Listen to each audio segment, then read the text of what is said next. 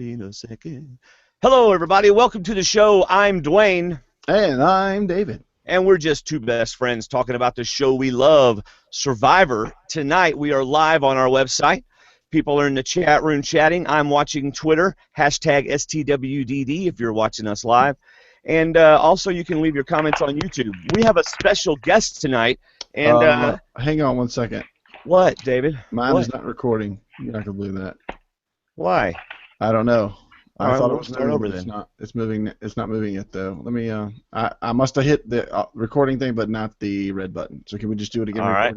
We're those of you watching us live, we're about to start over. Aren't you glad I've cut it now? I am very glad. About to ruin my surprise.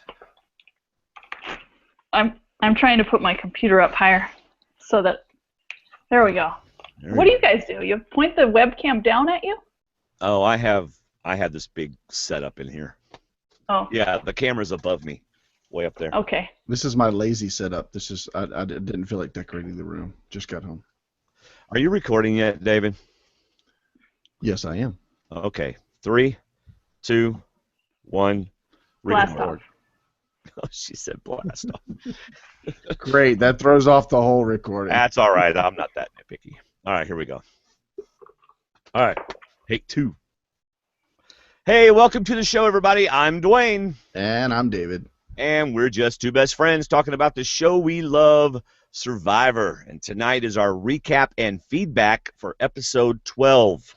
We have a special guest tonight. It's time to bring out Chaos Kass. Just take things up and show. That's right. Cass is on the show with us. Hello, Cass. Hey, guys. How's it going?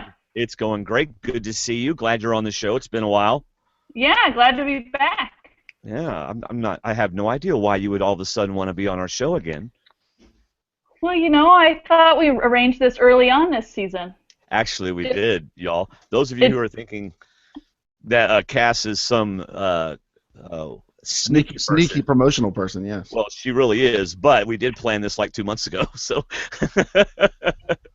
But anyway, It's good to have Cass on. We're going to talk about last night's episode, and of course, she'll tell us why she wants to be on Second Chance Survivor next season. I'm sure you would like to do that, wouldn't you? Yeah, why not? Yeah, cause a little trouble. Second, Cause a little trouble for some people out there. Second chance. What is this second chance you're talking? I have no idea what you're talking about. Yeah, we'll talk about it later because we're not going to let it overshadow our podcast, like it has the whole Twitter world, whatever it is we're talking about.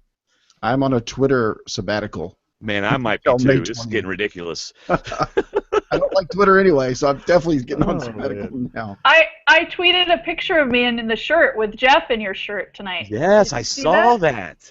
Okay, I might check that out, but otherwise. I think you won. I think you look better in the shirt than Jeff does. Well, he wasn't really wearing it properly. He was a little stiff when I was putting it on him. It was rough. Yeah. That came out wrong, didn't it? No, it's fine. We got the cardboard jokes. It's okay. Yeah. Next week we have Kelly Wentworth on again to recap Is next week the penultimate episode? I think it is, isn't it? No. Is it not? The finale's the 20th, so you got a regular episode next week, and then the whole shebang the next. Ah, so next week is the penultimate then, right? Next to last? Oh, is that what that means? I think so. I really shouldn't drink before these things. And I shouldn't take pain pills because I'm a little loopy tonight. So Cass and I are going to get along really well. Woo, we might go off on some tangent. Be great. Yeah. Hey, did you listen to our exit interview with Tyler today, Cass? You might not have. I did not. I've been super busy. Oh, well, that's all right. But that was just my way of letting everybody know that we did our first exit interview ever today. I saw that. How'd it go? Because they're usually like 10 minutes, right? Or something. It was about 12 minutes, and it was a lot of fun. I talked like we were talking on the phone, and it wasn't anything formal. My favorite part was when Dwayne said, I have about a minute left, and 4 minutes later, they wrapped it up, which was awesome. Yeah. And then I saw that I had an email that said, you need to wrap this up. And I emailed her back. And I emailed her back and I said, I'm new to this. I thought you were just going to break in and say, it was over. Sorry, next time I'll know. And we kept it Survivor-like because I was Tyler and Dwayne was Carolyn because he tricked me into leaving the conference call just in time for me not to get back in, so he got to talk to Tyler by himself. So I felt Tylered. I just felt he did it to me before I could do it to him. So well played. Yeah, well, it was not intentional. But hey, go catch our exit interview with Tyler. I don't know. It's probably the only one we'll do this season, although he acted like the current survivors are asking CBS if they can be on our show. So that's kind of cool. Who are we to say no? I know. What am I going to do? I do want to say a thank you to our newest D&D patrons. David, we've had 3 new patrons this week, which put us over our next milestone. Mark DeFelice and Dan Paquette and Will Campbell. And I butchered all their names. Except for Will. Yeah. Do what, Cass? I was going to say, maybe you did mess up Will's. Maybe it's Campbell. Yeah, Campbell. But because of them, we reached our goal, and so in June we're going to have a patron-only call-in episode. And if you're a patron, just get on the Facebook group for patrons, and you'll know when we're doing it. And the next level is some weird song parody, and I got to wear an Aussie hat. I don't know how this is going to work, but anyway. Epic. It's going to be epic. So we don't have sponsors. We don't have 2-minute commercials in the middle of the podcast. So we truly appreciate your D&D. Our D&D patrons, as well as all of you who shop Amazon using our link. And guess what, Cass? We now have Canadian Amazon links. Wow. Yeah. stwdd.com/Amazon is regular. Put a CA on the end of it, and you're in Canada. You have arrived. I have. Our Facebook group, man, is all abuzz. It is all. These are the people I voted for, and this was great, David. I don't know if you saw this, but earlier on our Facebook group, which, by the way, you can get to easier now, stwdd.com/Facebook. Boom. So some guy wrote all the people that he voted for, and Cass wrote underneath there, "You're missing an important check mark, buddy." I do tend to lurk around these boards, and I like to catch people off guard sometimes. So it's fun for me to go in, and they don't know I'm in there, and then I just pop in, and it's kind of fun. Well, it's also neat that some of the current cast members are in our group because we had some questions for Tyler pop up in a string, and Tyler responded to them. Yeah. Cool. But it's funny because we had a whole bunch of new people join in the last week and a half because our group got mentioned in an article. And they don't know y'all are in there, so it's great whenever Cass just surprises the people. It was great. Hey, I love it. I love to do it. Go ahead. Just as a clarification, Mark would like me to repronounce his name for you because it's pronounced DeFelice. It is not. He just put it in the chat room. Mark DeFelice. DEE, capital FAY, LEECHAY. Well, good for you. He's from Canada. He's in Canada. Hey? He's one of our newer listeners. He's probably from Quebec. Yeah, probably so. And Will's not French. He put in the chat room, I'm not French. No? No, it's Canada. All right, last thing. If you like Survivor blogs, we got 2 of them. Shayna Says by Shayna Davis and The Players and Their Games by Alex Gomery. And, in fact, I think we're going to have Shayna and Alex on, although we haven't asked them yet, but towards the end of the season. I think you just did. I think I just did. Let's get to the show. Cass, have you been enjoying this season? You know I love every season. So, yeah, I love Survivor. I don't know how you can not like a season, really, if you're just watching it. So. Okay, well then is it better? I mean, do you rate seasons? Do you kind of have favorites and least favorites? I do have favorites and least favorites, but this one's not in my favorites, but it's not in my least favorites. Right. You know. Well, I think it was really, make sure I don't get my seasons confused. I'm pretty sure I enjoyed it a lot at the beginning. A little while I was getting kind of tired of it, and now it's starting to get better again to me. So. I would agree with that. I think it's picked up in the last couple weeks. Right. If notwithstanding all the drama that's right. in the online community, if you just watch the show to watch it, Right. it's fairly entertaining. Yeah. I'm really enjoying seeing if I mean, Mike has put himself in a horrible position, and he did it to himself. Okay, but I'm really enjoying watching him trying to get out of it, and this next week's going to be quite telling if he can get out of this.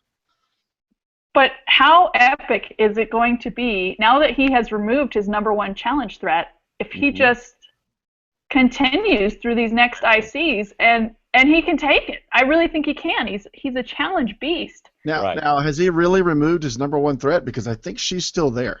I was about to say that. Carolyn is a beast. But Carolyn took a nap in the last challenge. Come on, she was asleep through the last ring on the rope. Mike was barely trying to keep his bottom out of the water. But she just pissed off everyone on the jury. Like people say, I did that when I flipped. Carolyn just did that. So, and people don't forgive especially like those people who are already on the jury, Hallie, Jen, Joe, and Shireen. None of them like Carolyn. Right. She's not hitting their votes. So Carolyn would have to go with Will and Dan to win at this point. So Mike can beat Carolyn. He doesn't have to beat her in every IC. He just has to get there. Right? But I'm not sold that she beats Dan flat out, but I can talk about that later. Oh, dear God. All right.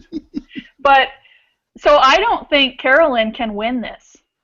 Just because of the 4 people already on the jury are not in love with her. Tyler now is going to be pissed at her. So there's 5 votes gone.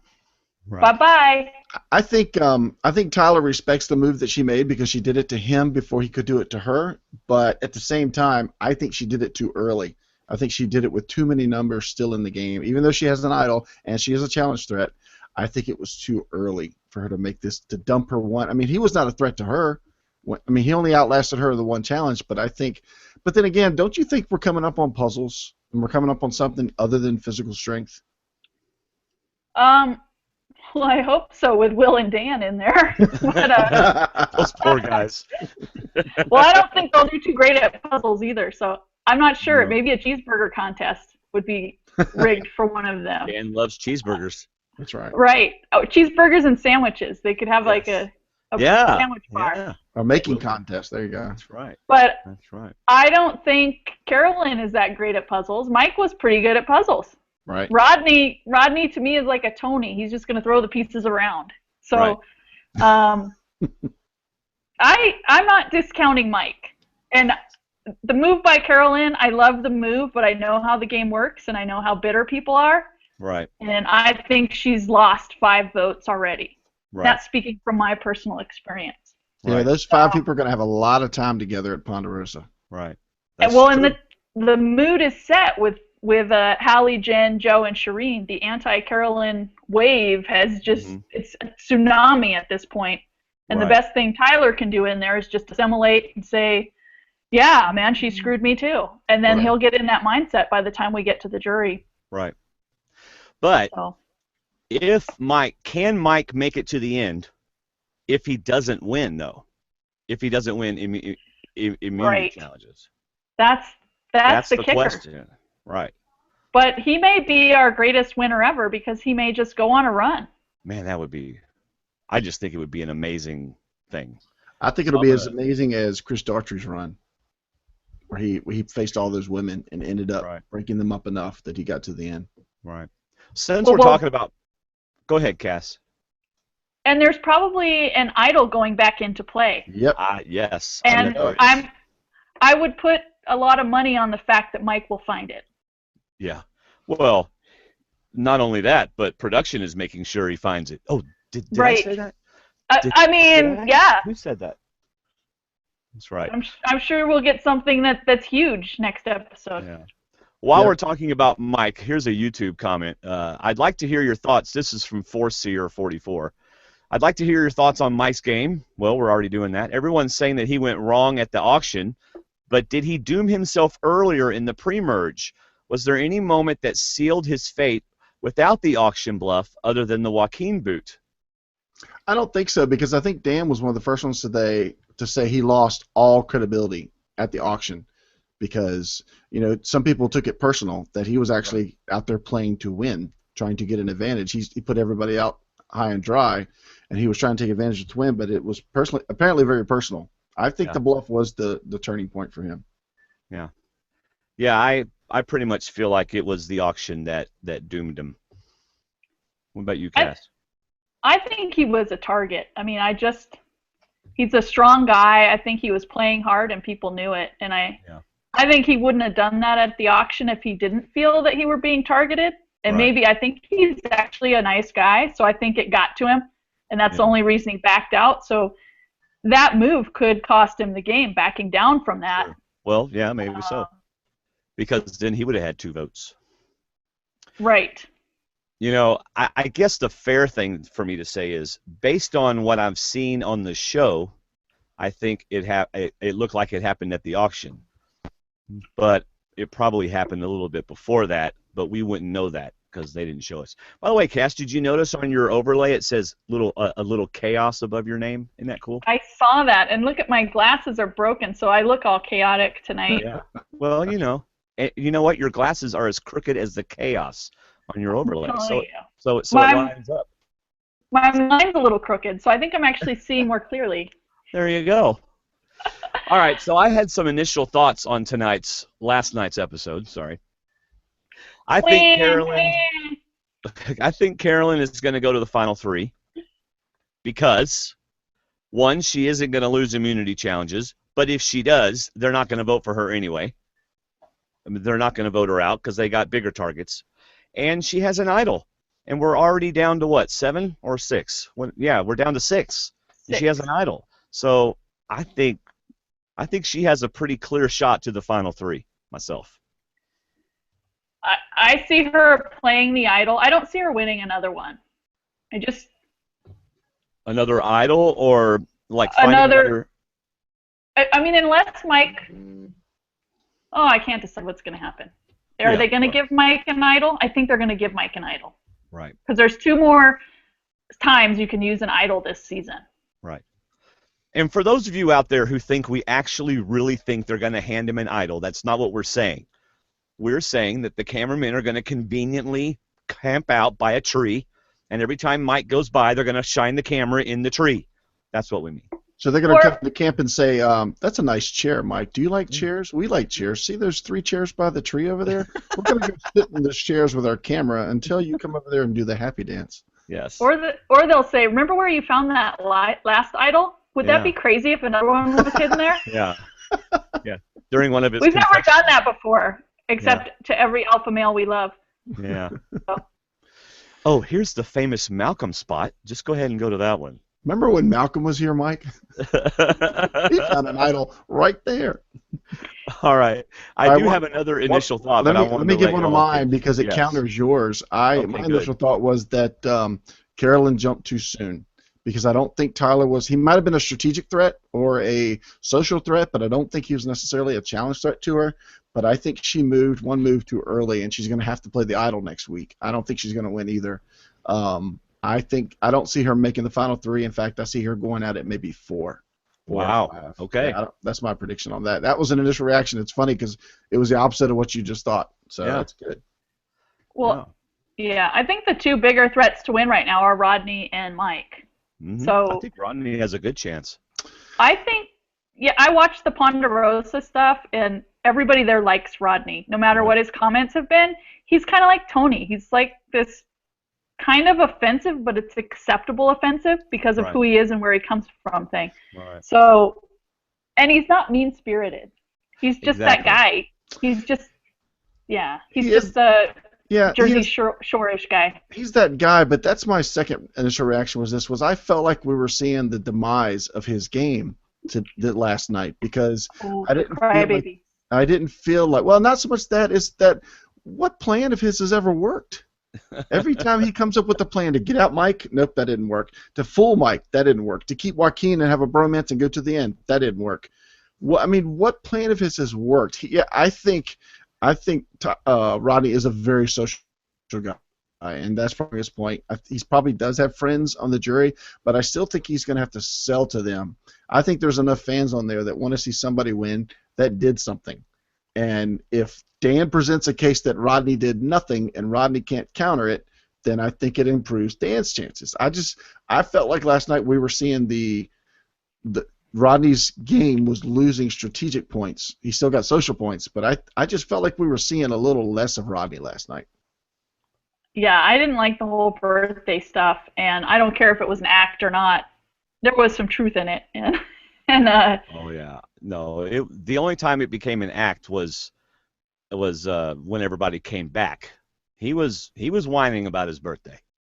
Yeah. He was absolutely Yeah, whining. because he was doing that by himself, right? Yeah. All right, I have one more. Go ahead, Cass. Oh, he definitely took a negative turn last night, Yeah.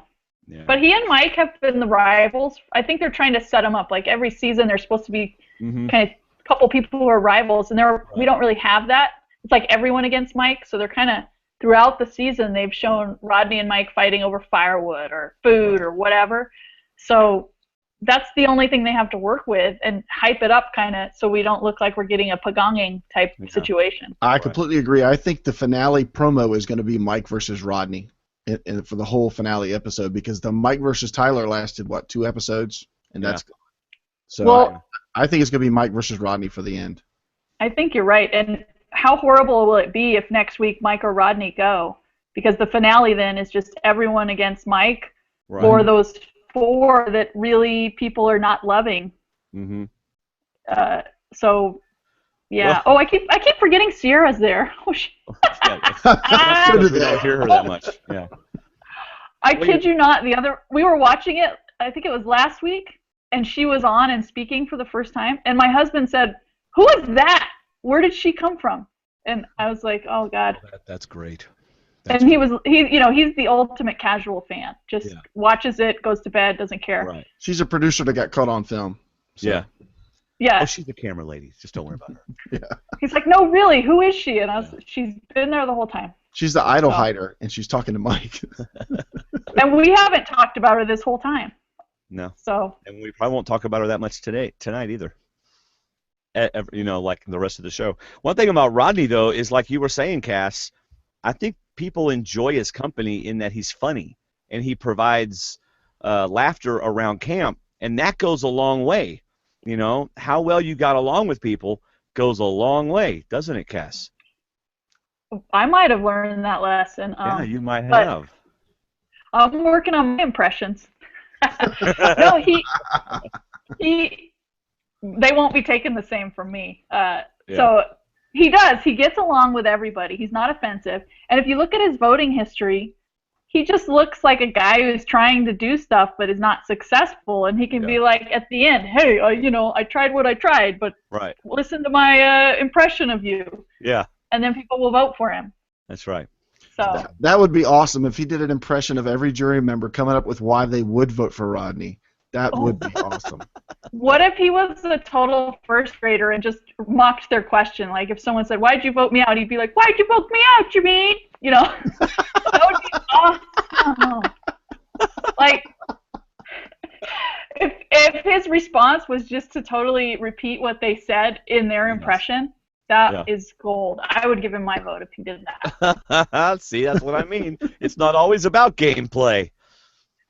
It's not, because those bitter people are stewing, and they just want to screw the person who voted them out. Yep. That's right. That's right. All right, I do have one more initial thought, and it's in the form of a poem. All right, so everybody we are now at a poem reading. Big sweaty man hugs by a fire at night. My face in your pit, our alliance is tight.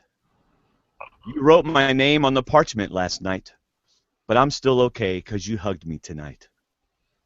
The Dan and Will awkward hug of the night back at camp. I had to rewind that scene to hear what they said because I just went, "Ooh," when they hugged. Are you nibbling on Will's ear? What are you doing there, Dan? Oh, man. And then Dan got really serious. As God is my witness, we are going all the way. So what did you think about that statement? I mean, that was pretty. I mean, obviously his intensity in saying it, but it was almost like all you edit readers. I mean, is that Is that telling you what's going to come to the end? Is that those two are going to be in the end with somebody? No. No, Dan has been mocked this whole time, like by the editing crew. Yes. Right. So that tells me Will is going to turn on Dan, is what that tells me. Yeah, probably so. Oh, crud, I had a thought. Uh-oh. Concentrate. Now it's gone. I'm sorry, the thought is now gone. Cannot be completed at this time. My thought went away. I don't know where it went. Oh, man. You're the one who's drugged up, so you know. I know. All right. Previously on, they did a little bit of creative editing. They moved things out of order, but I don't really care about that. Y'all have anything about that, or let's get to the show? Get to the show. All right. Dan is not happy on night 29, as we just now discussed. And I love Will. Every time Will spoke this episode was like, come on, man, let's not do this. Or, it doesn't matter. That's about all he said the whole episode. Talking to Dan. I really wanted to hear the reasoning behind the vote, and I'm still not sure I bought it.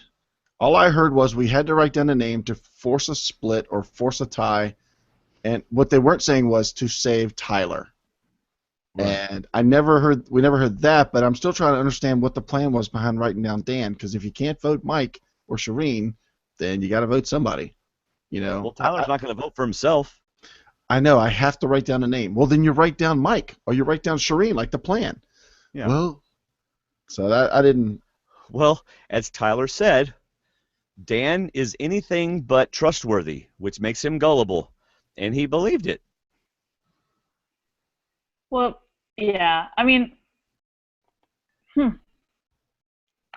I would have written down Tyler myself, but just for fun. But no, I mean, it's... If you were who? If I were because Kat. Tyler... Okay. Well, I know, but I mean, but Tyler's not going to write his own name down, so are you saying if you were Will, you would have written down Tyler? Well, I don't know what Will and Tyler have going on. After seeing this, I feel like the 4, you know, you have that 6, but you also have this 4. Right. And I didn't realize until last night that Tyler was in that 4 more so than Dan. You would assume that Dan was because Dan and Rodney. Right. And I might, maybe because he didn't share the advantage with anyone, or maybe Tyler went and told Rodney and Carolyn and Will about the advantage that he found in the bag. You know, maybe more people know about the advantage than we know. And they kept Dan out of that loop, and because Dan didn't share that with his allies, right. Maybe they feel like they don't trust him. Like, why don't you tell me what the advantage is if we're so tight? Yeah, they were talking about that foursome last week on the reward, and I think once Dan won that advantage, he became number 6 automatically. Right. Whether we heard that from Tyler or Carolyn, I just think that made him number 6. You don't want the person with the advantage. So, right. I also thought last week that Tyler told everybody we're still voting Mike and Shireen. He's not going to play it. It's going to be a bluff. We vote Mike and Shireen, and Dan was all for that because Dan agreed. He's going to bluff it. He even said he's never going to play it. It was going to be a bluff. I told you it was going to be a bluff. And at the last minute, Tyler pulled Will back and said, hey, just in case, we need to force a tie so that if he doesn't play it, we don't get 2 votes. We'll get Mike and Shireen's votes against you or I. So let you and I vote Dan and go from there. Yeah, and it's a good way to pull Will in because Will might be feeling on the outs to say, how about me and you do this? So, yeah, I mean... I think it was. I mean, I loved that play last week. I loved. Oh yeah, it was great. Mike doing that. I loved him not playing it for Shireen, because Mike's playing to win, not to get him and his buddy there. Right. So I was impressed with that move. And I liked that Shireen liked that he didn't play it on her. Right. Shireen wasn't like he should have played it on me. We're supposed to be buds. No, she's like, no, that's the way he needs to play the game. I'm rooting for him. Yeah, he got 4 jury votes right there. He Absolutely. got the 4 people there. If he makes it to the end, he's got their votes. Yep. So if we learn anything from being back at camp, and I don't know why, I guess Dan did realize it, but boy, he and Will sure were connecting there. He's the bottom of the 6, and that's what Mike was trying to tell him. You're the bottom of the 6, and I'm going to show it to you, and that's exactly what happened. He is the bottom of the 6. I think Dan just wants honesty. He wants in-your-face honesty, loyalty, trust, and he lost it with Mike. He feels like that's broken. And all of a sudden, Will, who put his name down, comes right up to him and says, I put your name down. I was one of them. He just admits it, confronts it, and Dan's willing to forgive and forget at that point. Right. He just wants honesty. Yeah. He wants somebody to come to his face and tell him the truth. There's so much behind your back work, he wants someone to tell him. And Will did the right thing. Well, and this is where Tyler made some mistakes in the game by not being able to think on his feet when people confronted him. Right. So, just come out. They know the truth's going to come out. There's so few people, and you're so raw at this stage of the game. What are we? We're 30 days in, maybe? Yes. You're, at this point, I think anything beyond day 25, the people are just at their primal worst and so sensitive to everything. So you really have to take that into account. There's a breaking point out there, and everyone's past it at this point of the game. Right. And then you're so close to the end that you're just freaking out. Yeah. So the best thing to do at this stage, if you're not going to just be a rabble-rouser and make people start speaking in tongues, is to kind of step back and think about what everyone else is thinking. I'm learning. I'm reading some books on this stuff. Yeah. Well, don't read Max's. Look what Holly Hoffman sent me. Oh, awesome. Wow. Wait a second. Let me put your face so it stays up. Show that again. Okay, now raise it. Own your power, your attitude, and your life, and then you go up and it says, your winner. Your winner within. I like that. That's cool. By Holly. And she signed it to Kass, believe, which is funny. That's our motto for the reindeer business, which is a total sham. So, hey. Wait. Hey, there might be kids listening here. I mean, yeah, because kids should be up right now listening to this. Well, they downloaded it later. See, and they listened to it with their parents. All right. Well, the last thing about that night, Tyler said one of it is my favorite line of the episode. I don't know if I can call Dan extremely gullible. I just call him extremely, I can't read my own writing, extremely loyal. And in this game, they're kind of one and the same. And he's right. Yep. All right, day 30. It's Rodney's birthday, and Will decides to give him a little taste of home. It's your birthday! I'm Rodney, I'm going, do that to somebody else, please. Oh, man. I guarantee you that Rodney's mom, even to this day, makes a big deal about his birthday. And there's nothing wrong with that, but I guarantee you that when it's his birthday, he is pampered beyond what he's already pampered. Am I wrong? I cannot disagree with you. I think it's a very special day in his life. He might sing at gas stations on his birthday. He might. It's my birthday. How many times did we hear the phrase or the word birthday in tonight's episode? I lost count because I was taking a shot every time I heard it. Oh my gosh. Well, if you got a point for every time he said it, you'd probably catch me in the D&D challenge. Yes. Goodness gracious. And well, boy, did we... Go ahead. On our season, Spencer, when we were on Brains Tribe, told us it was his birthday. And it was, I think, the day after or soon after we voted Garrett out, and he was all mopey. And one day he said, it's my birthday, and this is the worst birthday ever. And me and Tasha and Jatia were like, that's too bad. That was it. No empathy at all. And then come to find out it wasn't his birthday anyway. Uh-huh. But yeah, we were like, sorry to hear that, Spencer. Like, and he was telling us he was turning 21, and I was like, well, you should be in Vegas instead of out here, Yeah. But everybody was like, sorry to hear that. We didn't sing to him. We didn't make him a rice cake. Nothing. We were like, go over there and wash the dishes. It's your turn. Yeah. Yeah, like he ever washed a dish. Yeah. But hey, I turned a year older today also. Did you? Tomorrow. I'll turn a year older tomorrow too. Oh. In other words, every day we turn a year older. Shut up and go wash the dishes. Right. But anyway. I'm pretty sure Rodney never washed a dish out there in Survivor till his birthday, and he just did it so he could be like, I'm doing dishes on my birthday. Yes, he could kick a dish. Was he kicking the dishes or kicking the water? He was kicking the dishes, too. He kept his pants on when he was washing the dishes. Yeah, Uh-oh, did we lose Dwayne? There he is. Oh. So. Oh, he told us to hang out because if his internet goes out, we're just going to keep talking. Oh, okay. Oh, yeah, he's all frozen on there. But I didn't write a whole lot of notes for this one. The only thing I wrote was at the end when Rodney starts talking about getting the reward because Will's going to give him his reward, and I guess he's expecting Carolyn to give him his. I thought, okay, one, Will's not going to win because I believe Will.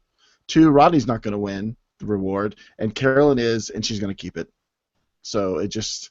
And then I started remembering the promo for this week, where he said, "Y'all are a bunch of fakes.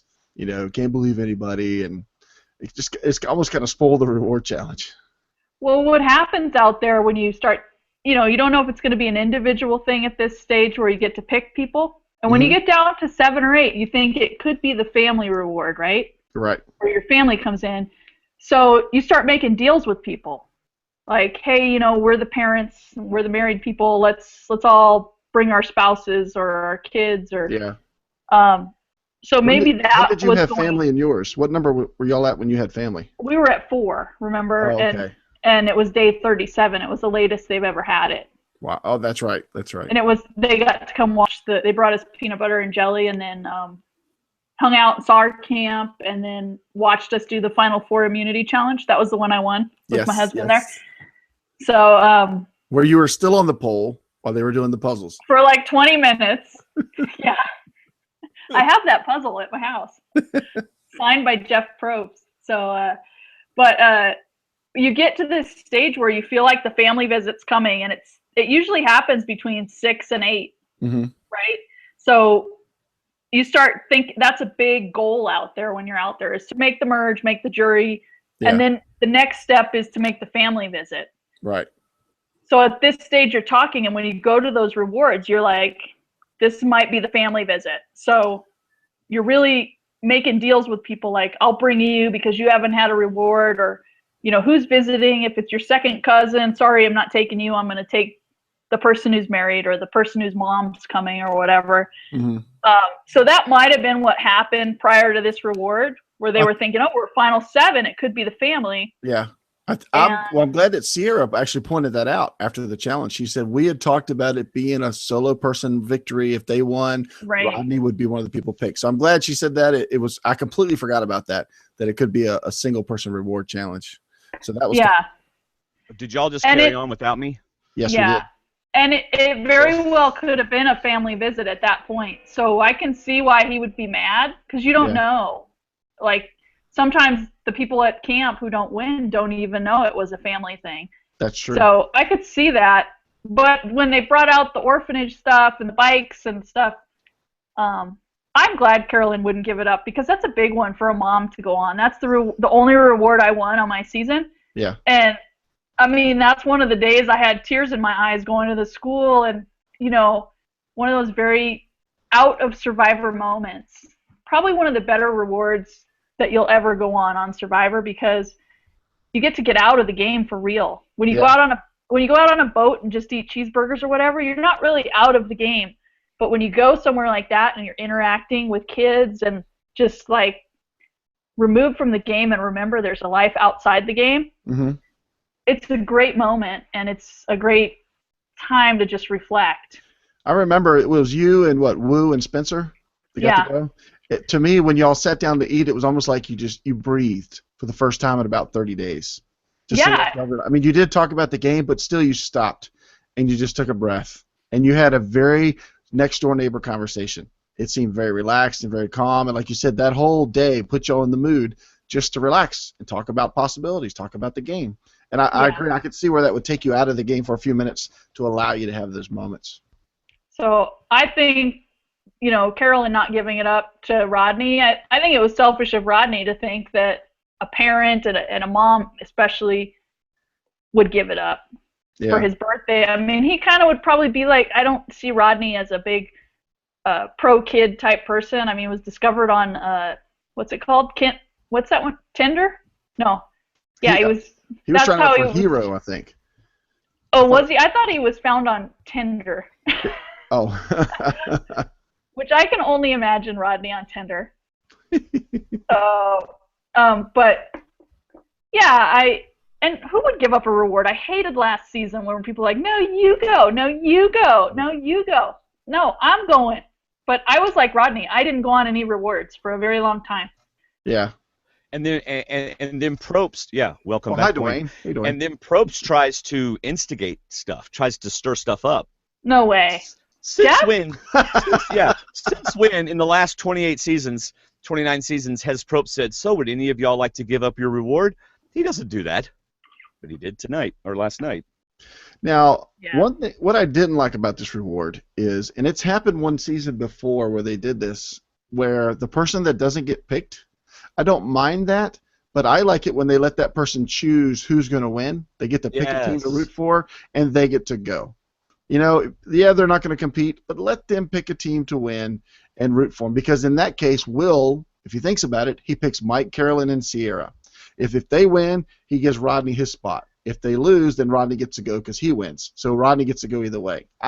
Even if it wasn't Will and Rodney in this whole season, I still wish that person that has to sit out, who doesn't even get a chance to compete, because all they're going to do during the reward challenge is think about food, they get to choose, I'm going to pull for Team A. If they win, I get to go with it.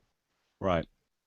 Yeah, but with this crew, I mean, I think at this stage of this current production, maybe the producers were just sick of some of these people, and they knew it was probably going to be Dan or Will sitting out. Yeah. So they said, let's not even give them the option because we're tired of them, and we don't want to give them two people who would never legitimately lose or win a challenge on their own. Why should we let them have the opportunity to go on one?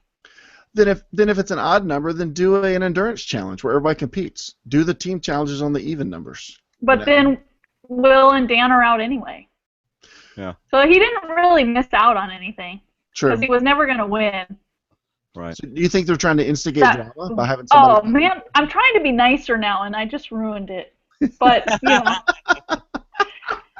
No. Yeah, you're going to last about 5 days on the new season there, Cass. I got to go back to my highlighted version of my book, How to Win Friends and Influence People. Yes. So did y'all talk about how they manipulated... We're at the tribal council now. Did you talk about how they manipulated the whole maypole thing? Nope. We're getting ready to get there when you showed back up. So we're at the challenge now. No, we're talking about the reward. No, we were talking about the reward for a while. It was a great conversation. It was great. Well, that's fine. Do it later. But I noticed, like, if you watch the challenge preview, you know, they did the maypole where all three of them were all moving around, and the idea was that all three cloths get taken off the pole. But both teams figured out, I'm just going to do this one and then do that one, and the ring was on the second one. So it worked out great. It seemed kind of like a lazy weave. Why couldn't they have woven that a little bit better? I think it was hot out there. And the Dream Teamers were like, screw this. Yeah. Rodney had a lot of... Rodney prematurely climbed the ladder. He prematurely dropped the bag of balls. He seems like... Rodney strikes me as a premature type of man. There you go. You know? We went back just to see where he dropped them. I said, I can't believe he did that. I got to go back and find where he dropped them because they threw him over or threw him through, and then on his way to the net, drop. You could see it drop, and then he just goes right into I can get through this easier if I don't have these. Yeah. It's my birthday. Why do I have to carry this? Why am I carrying these? If it's not a present, I don't want it. That's right. Yeah. He should have charged through saying, I've got the balls! I've got the balls! Nah, that there you been go. awesome. Yes. Yes. You deserve applause for that one. Oh, just to correct, Mateo said that Joaquin was the one found on Tinder. He was the one. So you were right about Tinder. Somebody was found on Tinder. It was Joaquin. Yeah. So in this case, Mike not allowing Sierra or Carolyn to jump on the board was actually probably the smart thing to do because, as Probst said, there's a learning curve to that. Mm-hmm. So you say, okay, Sierra, you do it. Well, her first 3 shots are wasted as she's learning it. So really, I think he was. Now, if he had lost, it would have been all over him. But I think he made the right decision. But if he had lost, he's already on the outs. Kass does not agree with me, so let's go. Here we go. Well, no, I think it was showing us how Mike is again and again. They've shoved it in our face so many times. How, you know, on the barrel thing where he was like alone out there, doing all his inchworm stuff. This is who Mike is. He needs to be in control and in charge. And if no one's going to stand up to him and say, get off the platform, get off the barrels, whatever, he is literally steamrolling his way through this whole season. And there is no one standing up to him. I mean, even Carolyn flipped to him last night. You know, I mean, I guess you could say he's barrel rolling his way through he this is barrel rolling. He is, he is gonna. The metaphors are there, right? Yes, they're all there. Did he carry the bag of balls? If he carried the bag of balls through that thing, we know who our winner is. There you go. Right? Now I don't remember. Now I'm wondering. I'm wondering now too. Like, someone please check that. Who's live? Somebody watching on YouTube or whatever. Or in the chat room. Right in YouTube or on the chat room or on Twitter #STWDD. Who is carrying the balls for the red team? Because he was over the fence first with them, so I bet he kept them. He got down to be the step, and then I bet he kept them going through. All right, here's my winner prediction. Here we go. If he carried the balls through the net, he's our winner. Because Rodney dropped the balls, and we have our man competition. Yep. Yes. So, and he had to go back and pick up his balls. But it was too late. It was too late. Once you drop your sack, it's over. They had already dropped.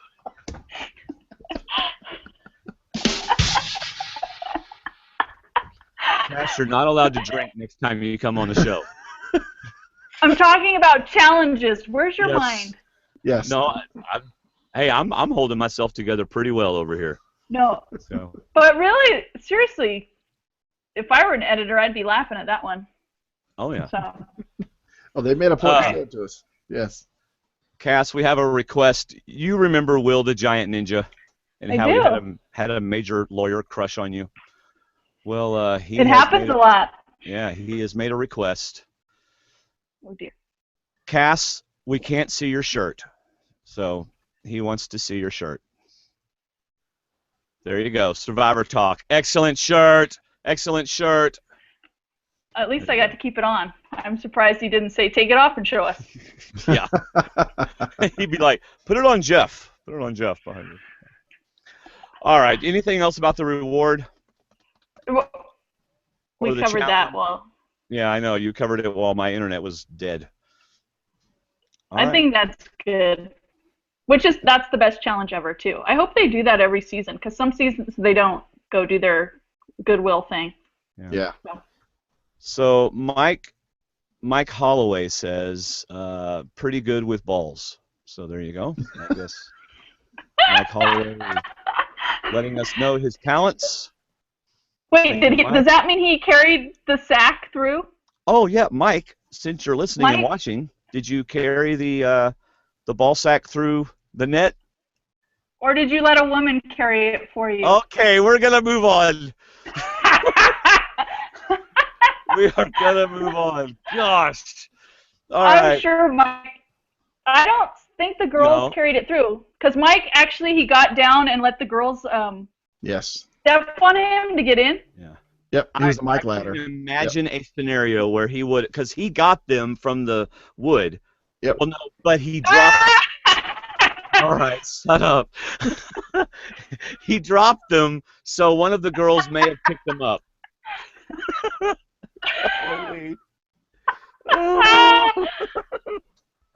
Then he got on his knees, and it's time to bring out Chaos Kass. Just take things up. Oh my gosh. Sorry, guys.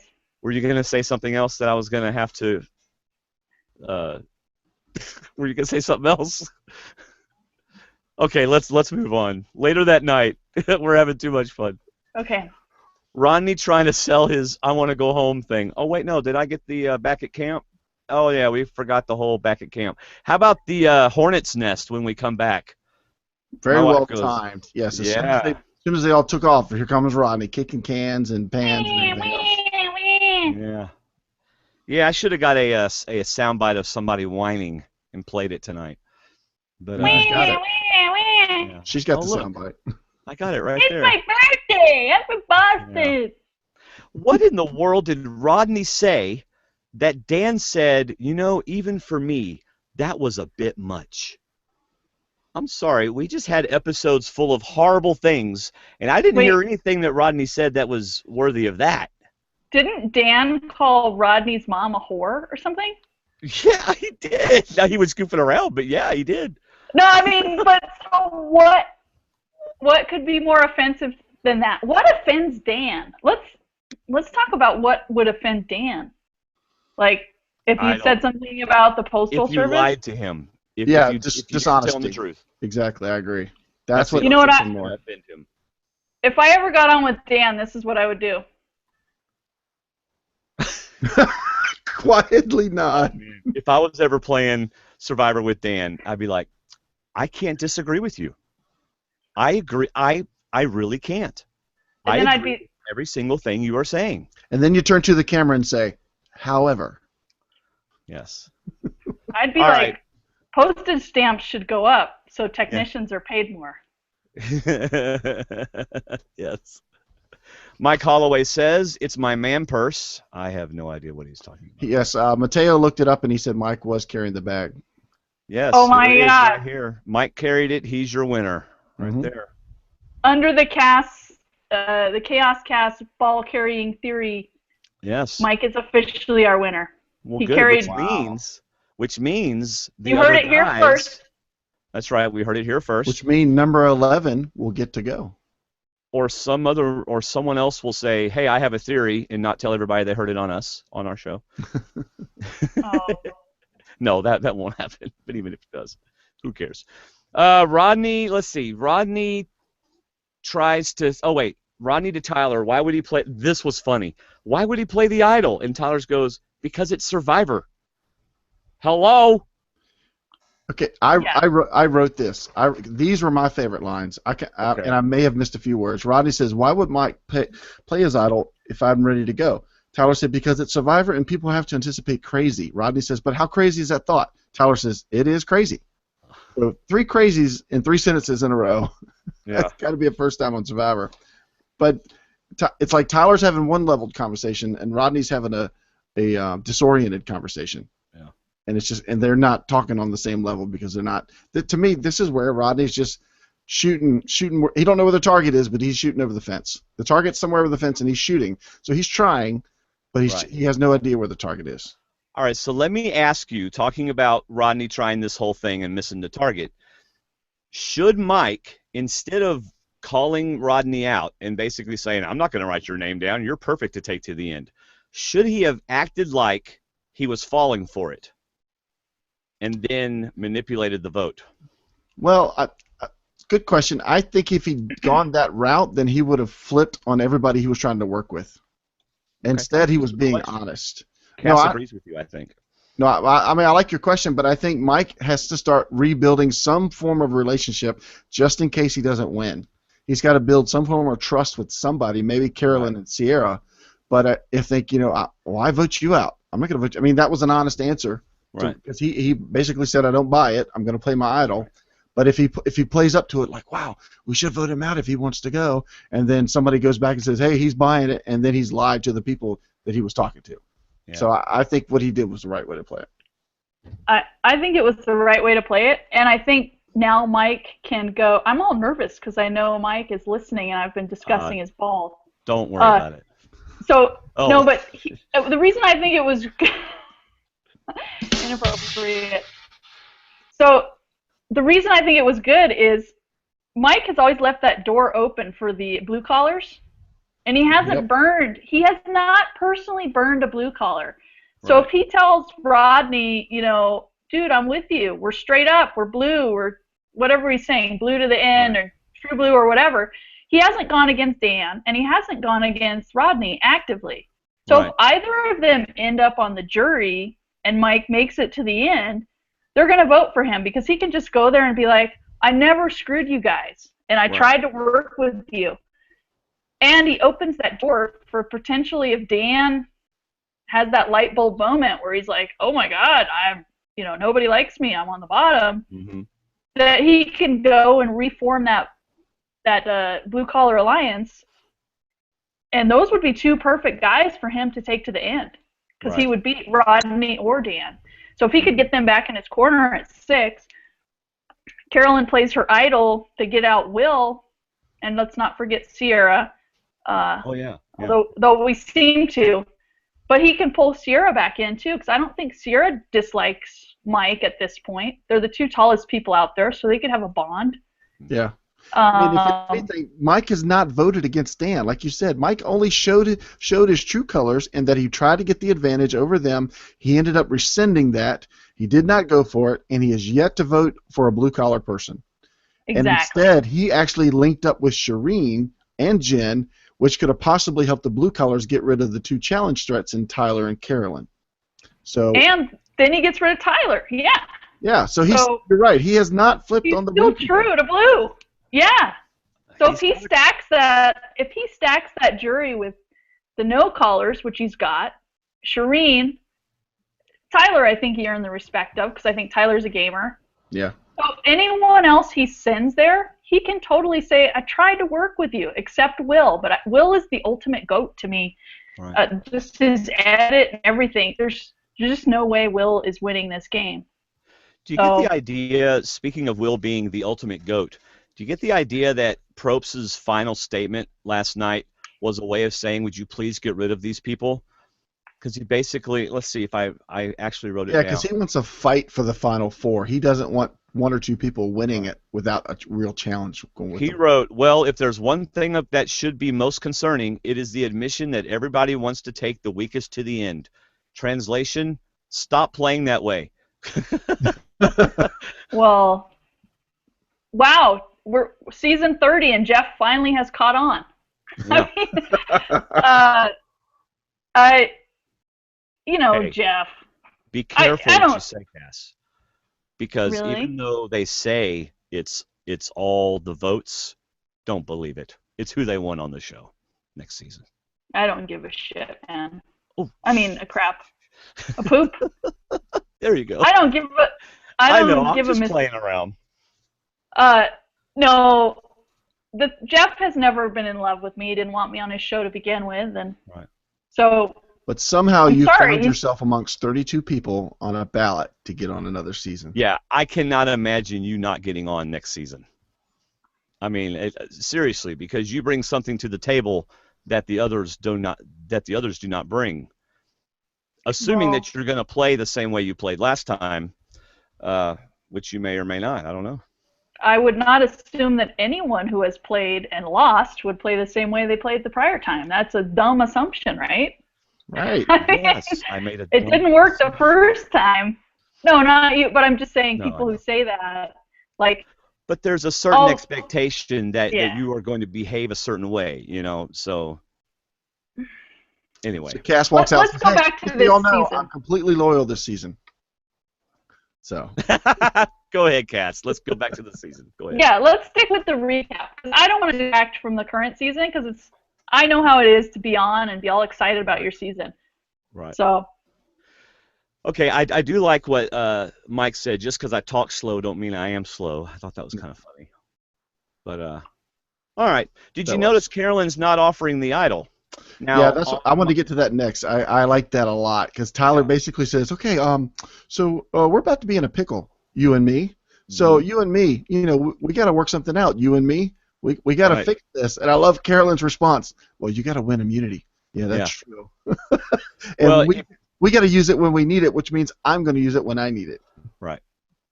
Yeah. And in his exit interview that I had with him today, he told me that she didn't bring the idol before, whenever he was in danger, because he had kind of looked at her like, she goes, I don't have it. And he was like, why don't you have it? So he told me that he knew then that she was playing for herself, which is why he says in this episode, you got to start bringing your idol to tribal councils, Yes. So. Right there. Anyway. Come here and say hi, sir. Just come here, Mike. Oh, your daughter, yay. Hello. Say hi. Hi. All right. Hello. The sound. Oh, you can't hear. I have headphones. Oh. Can you close the door when you go potty? Sorry. Who are those handsome guys on your TV screen, Mommy? Where's the dogs? We want to see the dogs. Exactly. She just wants to see dogs. Why are you always chatting with men on the computer, Mommy? Because I'm suing them. Yeah, I'm suing them. Because I'm on Tinder. That's right. Yes. All right, day 32, immunity challenge. This is a doozy of an immunity challenge that the producers went, all right, so what can we do where we make sure Dan and Will don't win? And here you go. Let's do something original. Yeah. Well, I don't particularly mind them doing challenges that they've already done, as long as they're good challenges. They could never do the coconut bowling again, and I'd be happy. By the way, please name a challenge that Dan or Will could win that we've ever seen on Survivor. A cheeseburger eating. Oh, that we've seen on Survivor. That's the one. An eating challenge. That's what the about only, just like Cochran. bug That's what Cochran won, the eating challenge. Well, or remember that one where they had to run up and eat like a pig carcass or something and run back? That was on if South it were Pacific. individual, if it were individual, maybe that one. Yeah. But well, who can drag the pig carcass with their teeth across the line? Gosh, y'all are wow. Well, okay. Anyway. Well, no, that was actually a challenge at one point. Yeah, but you knew it was going to be short for Will when all they showed Will doing was looking where he was going to fall. Yeah. Well, about all he was. Where's that pier? That pier? Okay. Where's the pier? Is it floating? Yeah. Okay. Am I clear of the pier? Because I'm going down. Yeah. They established Will a couple challenges back as the season's walrus/seal. Yes. When he flopped over, the guy looked like a dead fish. We can see that we're going for a large sea mammal theme there. Yes. So, man, this was quick though, you know. And of course, it's day 32, and we're still talking about Rodney's birthday. Hey, just to get a couple thoughts in the chat room has suggested shuffleboard, a juggling contest, or karaoke contest. That was Susan and Mike. Right. Just to give Will and Dan a chance. Karaoke. Well, Will could do that. I don't know if they could win shuffleboard. I was kind of surprised Sierra dropped out, and I was surprised that Tyler lasted longer than Mike. I was not surprised that Carolyn won. I was not surprised that Carolyn won. She's pretty fit. This challenge is not for people with more body mass. I thought Rodney might win because he's not a big guy, really. Yeah. He's kind of petite in height, right. And he has all the muscles up top. So you would think, but I thought Mike might be able to win too because he has a very physical job in real life. Right. So his hands and his grip strength are probably good. So I thought, but he's probably. I never know how tall these people are because Jeff's so short and proportionally you don't really see him next to the bigger guys. Right. But I'm guessing Mike is over 6 feet tall, and that challenge is not made. Just like Sierra is very tall. A woman who's that tall, her upper body strength, she would have to be built more like a swimmer, you know, and she's not built like that. Right. So Carolyn, I thought Carolyn or Rodney, it was for one of them. Yeah. I mean, I think it's been 30 days where he hasn't gotten a lot of food, so he's probably lost some muscle mass. He's definitely tired and weak, and I think he realized he wasn't going to do well and then started to play up, the storyline that he's going to act out as to he's just done. He's ready to be gone, so he was already starting to play up to his little charade. But at the same time, the last person that won this was what? Monica Culpepper? Built very similar to Carolyn? Yeah, and then Cochran won it with an advantage. Yeah. Oh, that's because he got to go back up a notch. He got an extra notch or something like that. Yeah. But the thing about Rodney and his whining is he was on the blue collars.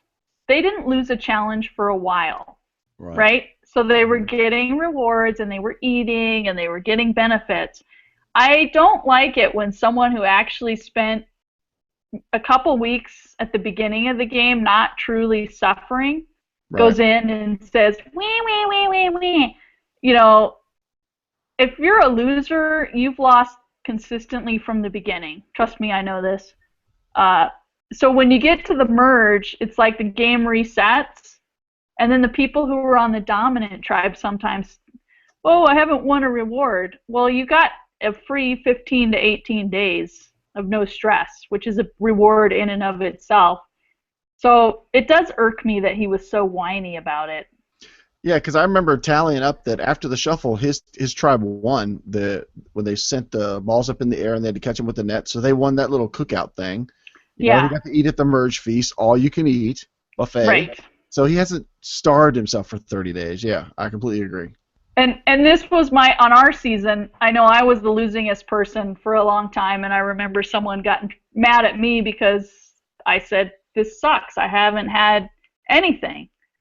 And they were counting from the merge. So when he was whining, it reminded me of that, and it really struck a chord with me, like, you have gotten stuff. You've gotten your donuts and your tarps and your fishing stuff. So, yeah, I felt like he was a big whiner, personally. Yeah. But anyway, and then the auction. Did Rodney get anything at the auction? I can't remember. Yeah, he got a steak, didn't he? Steak and like something, potatoes or something with it. He got a big steak. Yeah, so shut up, big baby. You just had a steak. Exactly. It's your birthday, but you didn't. Yeah, he could have saved his money for the advantage. So that speaks to me. I agree, completely agree. A couple of chat room folks caught us up on a few things. In Nicaragua, Jane outlasted Chase for that same challenge. Cochran won the challenge where he had to hold up a pole. I do think it was still a rope challenge because he had, like you said, an extra knot where he didn't have to go down. Yeah, there was something. Yeah, but it was a similar challenge, but he was like holding up weight instead of, I guess, holding himself on the thing. Dawn won the challenge over Brenda and Caramoan. Kim won over Cat in One World, and like I said, Monica over Tyson in Blood versus Water. So it's made for a certain type of body type. I was surprised that Tyler struggled, but then again, like everybody's saying about Mike being so upper body heavy, that, man, Tyson was really struggling. After being so good in the other challenge, I thought he would do better in this one. So I guess he's best when he's just standing still looking pretty, where he's holding that thing on it, balancing the thing on his head, and that was the challenge that he won. Well, that's because he's a kicker, right? Like in the NFL or whatever football league, he's a kicker, and if you kick, you're using your foot muscles. I don't know how you use foot muscles unless you're Baylor, like grabbing things with your toes. Remember that? Oh yeah, that was crazy. That was a freaky foot fetish challenge. So Jeff Probst revealing his secret. Yeah. Whatever, but yeah, Tyler. I don't know. He's probably at least 6 feet tall. Tyler, right? Being in the football world. Yeah, I would say taller than that. Yeah. Yeah. So, yeah, that's a tough challenge for a bigger guy, I think. Yeah. I think it's for someone under like 5'6", 5'7" to win. A smaller person. I would never win it. You know me, I'd be out within 2 seconds or whatever. Yeah, my first question was is there food coming out? Yeah. No? Okay, well, I'm done. This one was so short they didn't even have time for food. Yeah. Jeff's like put his hand up. Don't bring it. Don't even bother. They're already falling off. Well, this season on the endurance challenges, like that tippy toe one with the block, Spencer and Tasha on our season went an hour and a half. Mm-hmm. Wow. And these guys went a half hour. Yeah. So, but I went 2.2 seconds. Jeff told me it was a new record for an endurance challenge. Nice. Well, Dan might have beaten you. There's been a couple challenges where he tries to say start, but Dan falls off before he gets. He beat me in that. He actually lasted longer than me in that one. He lasted like a minute or something. Okay. All right. Not that I want to take away from Dan's challenge prowess. Well, no. Or his social game. I know we're on par there. Actually, he and I are quite similar. That's creepy. Well, have you heard? I don't know if you've been listening to us this season. Just act like you have. But it's funny whenever Dan goes to talk to women, he calls his brain and gets. We're sorry, the number you have dialed is not in service at this time. Yeah. Don't know if you've heard that little. Yeah. Are y'all ready to get back at camp? Let's go back to camp.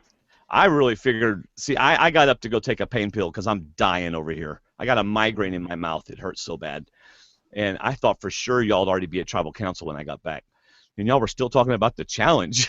I was about to. Well, we also caught up. The chat room had a lot of great info that we caught up on, a lot of information that you just missed. You have to listen to it later. But we get back to camp, and Carolyn is weighing. Basically, all I wrote was that Carolyn weighs Dan or Tyler. So it's a Carolyn decision, I guess, for this time. Now, Cass? What were you thinking at this point? Who was going to go? I thought Tyler. I would get rid of Tyler because he's the challenge threat. Right. To Carolyn. And at this point, you've got 7 people. You've got to get rid of someone who can beat you in a challenge. Carolyn is legitimately good in challenges, especially in comparison to the other people. Right. So, poor Dwayne. Oh, yeah, I'm hurting pretty bad. But is he really, though? Because wait, let me redo that, Dwayne. I'm sorry, are you feeling okay? What are you about to do? No, I'm trying to be empathetic. I'm trying to work on my yes. social game. Yeah. You guys are my experiment. Yeah, but when you walked away, Dwayne, she looked at me and said, "However, I could really care less right. about the pain he's going through." Yeah. The music in the podcast suddenly changed to more sinister.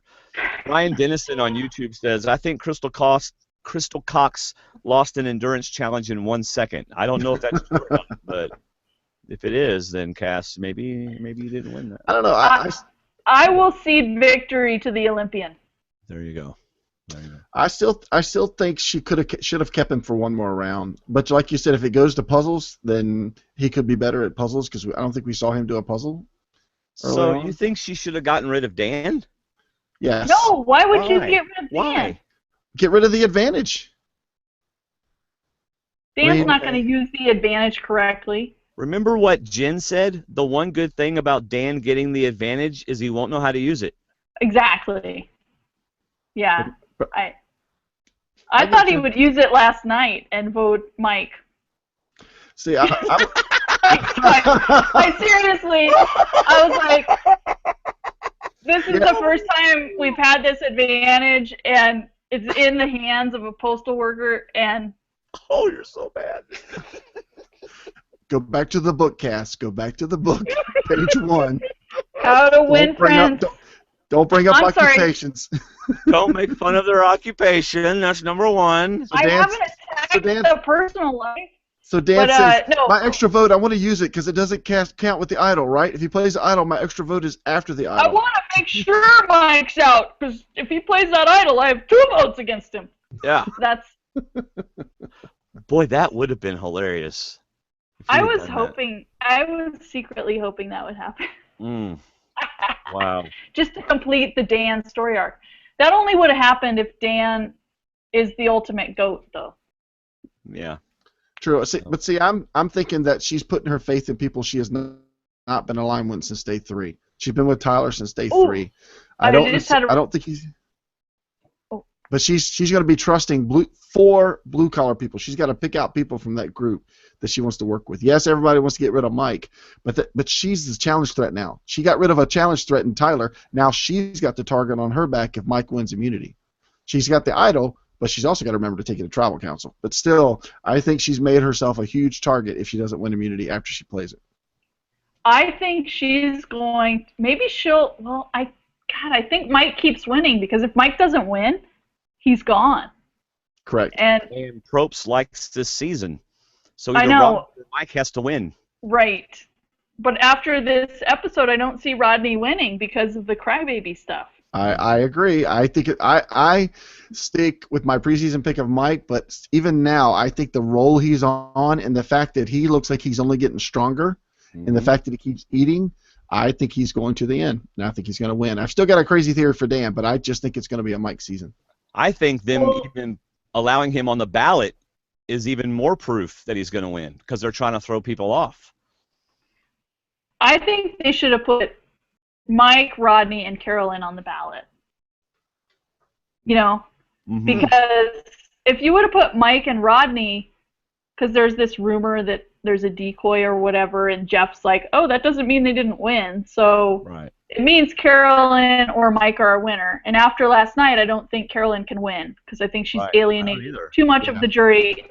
I know as the old lady how it rolls. Doesn't matter what you do and the moves you make, you're going to be an a-hole if you turn your back on anyone. Right, because you're a woman.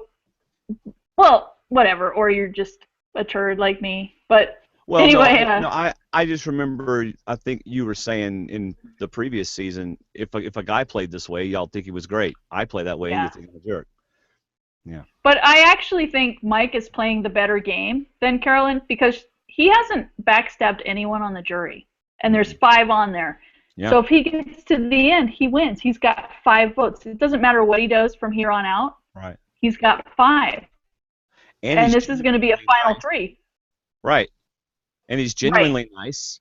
And he literally rescued Shireen from what she's calling a I don't remember what she called it, but a verbal assault. An attack, yeah. So, yeah. So I mean I don't want to go there, guys. No, we're not going to. We're talking about how she's going to vote for him and how he's perceived. Oh yeah. Yeah, and she is actively telling Hallie and Jen that, and then Joe by default is going to fall in there.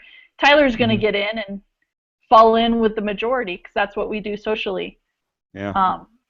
So yeah, I think I'm trying to decide who gets idled out by Carolyn now, because Carolyn has the idol. So I think either Rodney or Dan get idled out. No one's ever going to cast a vote against Will. He is our GOAT. Yeah. You know.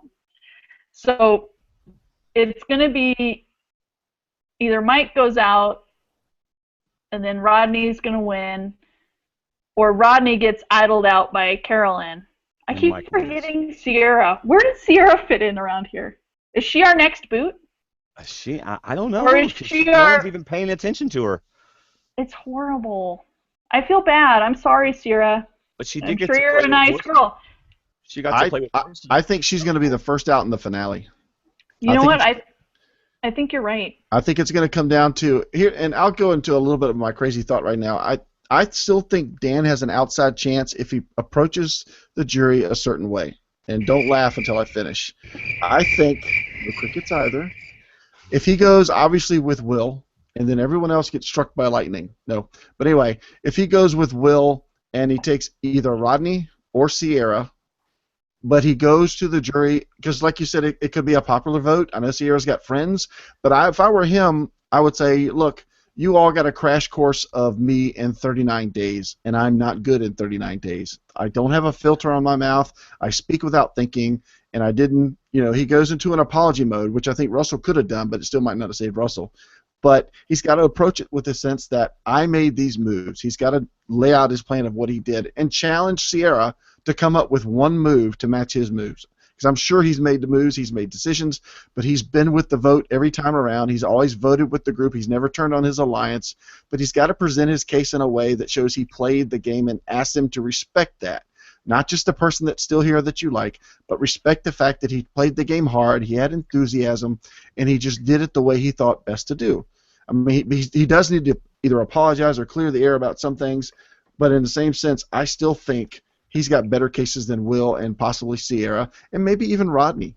Rodney was out here, and he got through this game somehow by staying out of the way, and that was his game, whereas Dan was in the way. Dan was targeted several times, but he still survived. This is a crazy theory, right? We're not supposed to take crazy. The reason I say it's crazy is because I think Dan gets idled out next week. Okay. I think Carolyn plays it because Mike's talking about Dan voting for the women, and I think Carolyn's going to be talked into playing her idol, and Dan goes home in whatever place, 6th place, I guess, and then we go on to the finale with the other 5. All right. Yeah, I think because I think the only way. Yeah. Sorry. Yes. Go ahead. The only way Dan gets out is idled out. And maybe it's Mike who idles him out. Maybe Mike gets an idol at some point and idles him out. But why would you get rid of Dan? I mean, I think Dan and Will are obvious take him to the end people. Mm-hmm. So maybe Dan doesn't get idled out till final 5. Maybe next week Mike wins and Sierra goes out. I think if Mike is controlling the conversation, sorry, Dwayne, just this point. If Mike's controlling the conversation, it's anybody but Mike. That's all Mike cares about. And when Carolyn tells Mike, "Hey, do you want to know what Dan's advantage is?" Then they play it against Dan and get rid of him. The numbers are getting too low to keep that extra vote in the game. what if Mike finds out from Carolyn, because now they're buddy-buddy, they got rid of Tyler, right? Mm-hmm. So what if Carolyn now is trusting Mike and says, you know, Dan's advantage is this. Yes. Because Carolyn is now in bed with Mike, whether she likes it or not. Mm-hmm. Right? She's the first flipper. She's flipped. So what she's going to do now is go back and tell Mike, I know Dan's advantage. We need to get rid of him. Right. So Mike wins immunity because Carolyn doesn't want to take Mike either, and Mike's smart enough to know that because she wants to get rid of the challenge threats. Mike has had some challenge wins. So he's going to know Carolyn wants to get rid of me. I'm going to win immunity, and then Carolyn's going to have to work with me because she's turned her back on the others. Right? Mm-hmm. So they know the advantage. No one's going to trust Carolyn, and no one's going to trust Mike. But Carolyn knows the advantage that Dan has. Right. So all they have to do is Mike win immunity. Carolyn and Mike vote for Sierra or Dan, but I think it's going to be Sierra. They waste Dan's vote. They both get to keep 2 goats, and they go head-to-head with Rodney. That would be the great scenario, actually, for Carolyn and Mike. But I think Sierra's a vote in their pocket. I don't think she is. You don't think so? I don't know. What did she vote? She was the biggest cheerleader for Mama C when she won that reward. Yeah, she was. I mean, she was the first person to cheer. Who did she vote for last night? She voted for Tyler. She voted with Carolyn and Mike against Tyler. Yeah. Okay, I so think maybe she's in looked there. at each other. Oh, Because so maybe I didn't look at the votes afterwards. I saw that she was happy, but I didn't see that she voted for Tyler. Mike could easily play both sides and say, look, Dan, you know, after he wins immunity, he goes to Dan and says, look, that is the challenge threat right there. We got rid of Tyler, but we still got her. Let's vote for her. And then he goes to Carolyn and says, hey, Dan's voting for you.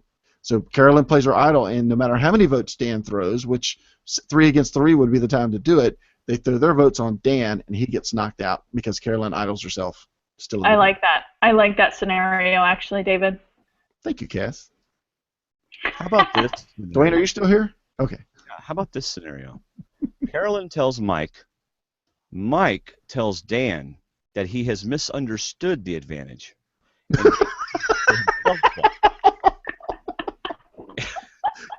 Go on, do it again. I want to hear this. Wait, you be Dan, or do you want to be Mike or Dan? I'll be Dan. No, I'll be Dan. It's easier. Okay.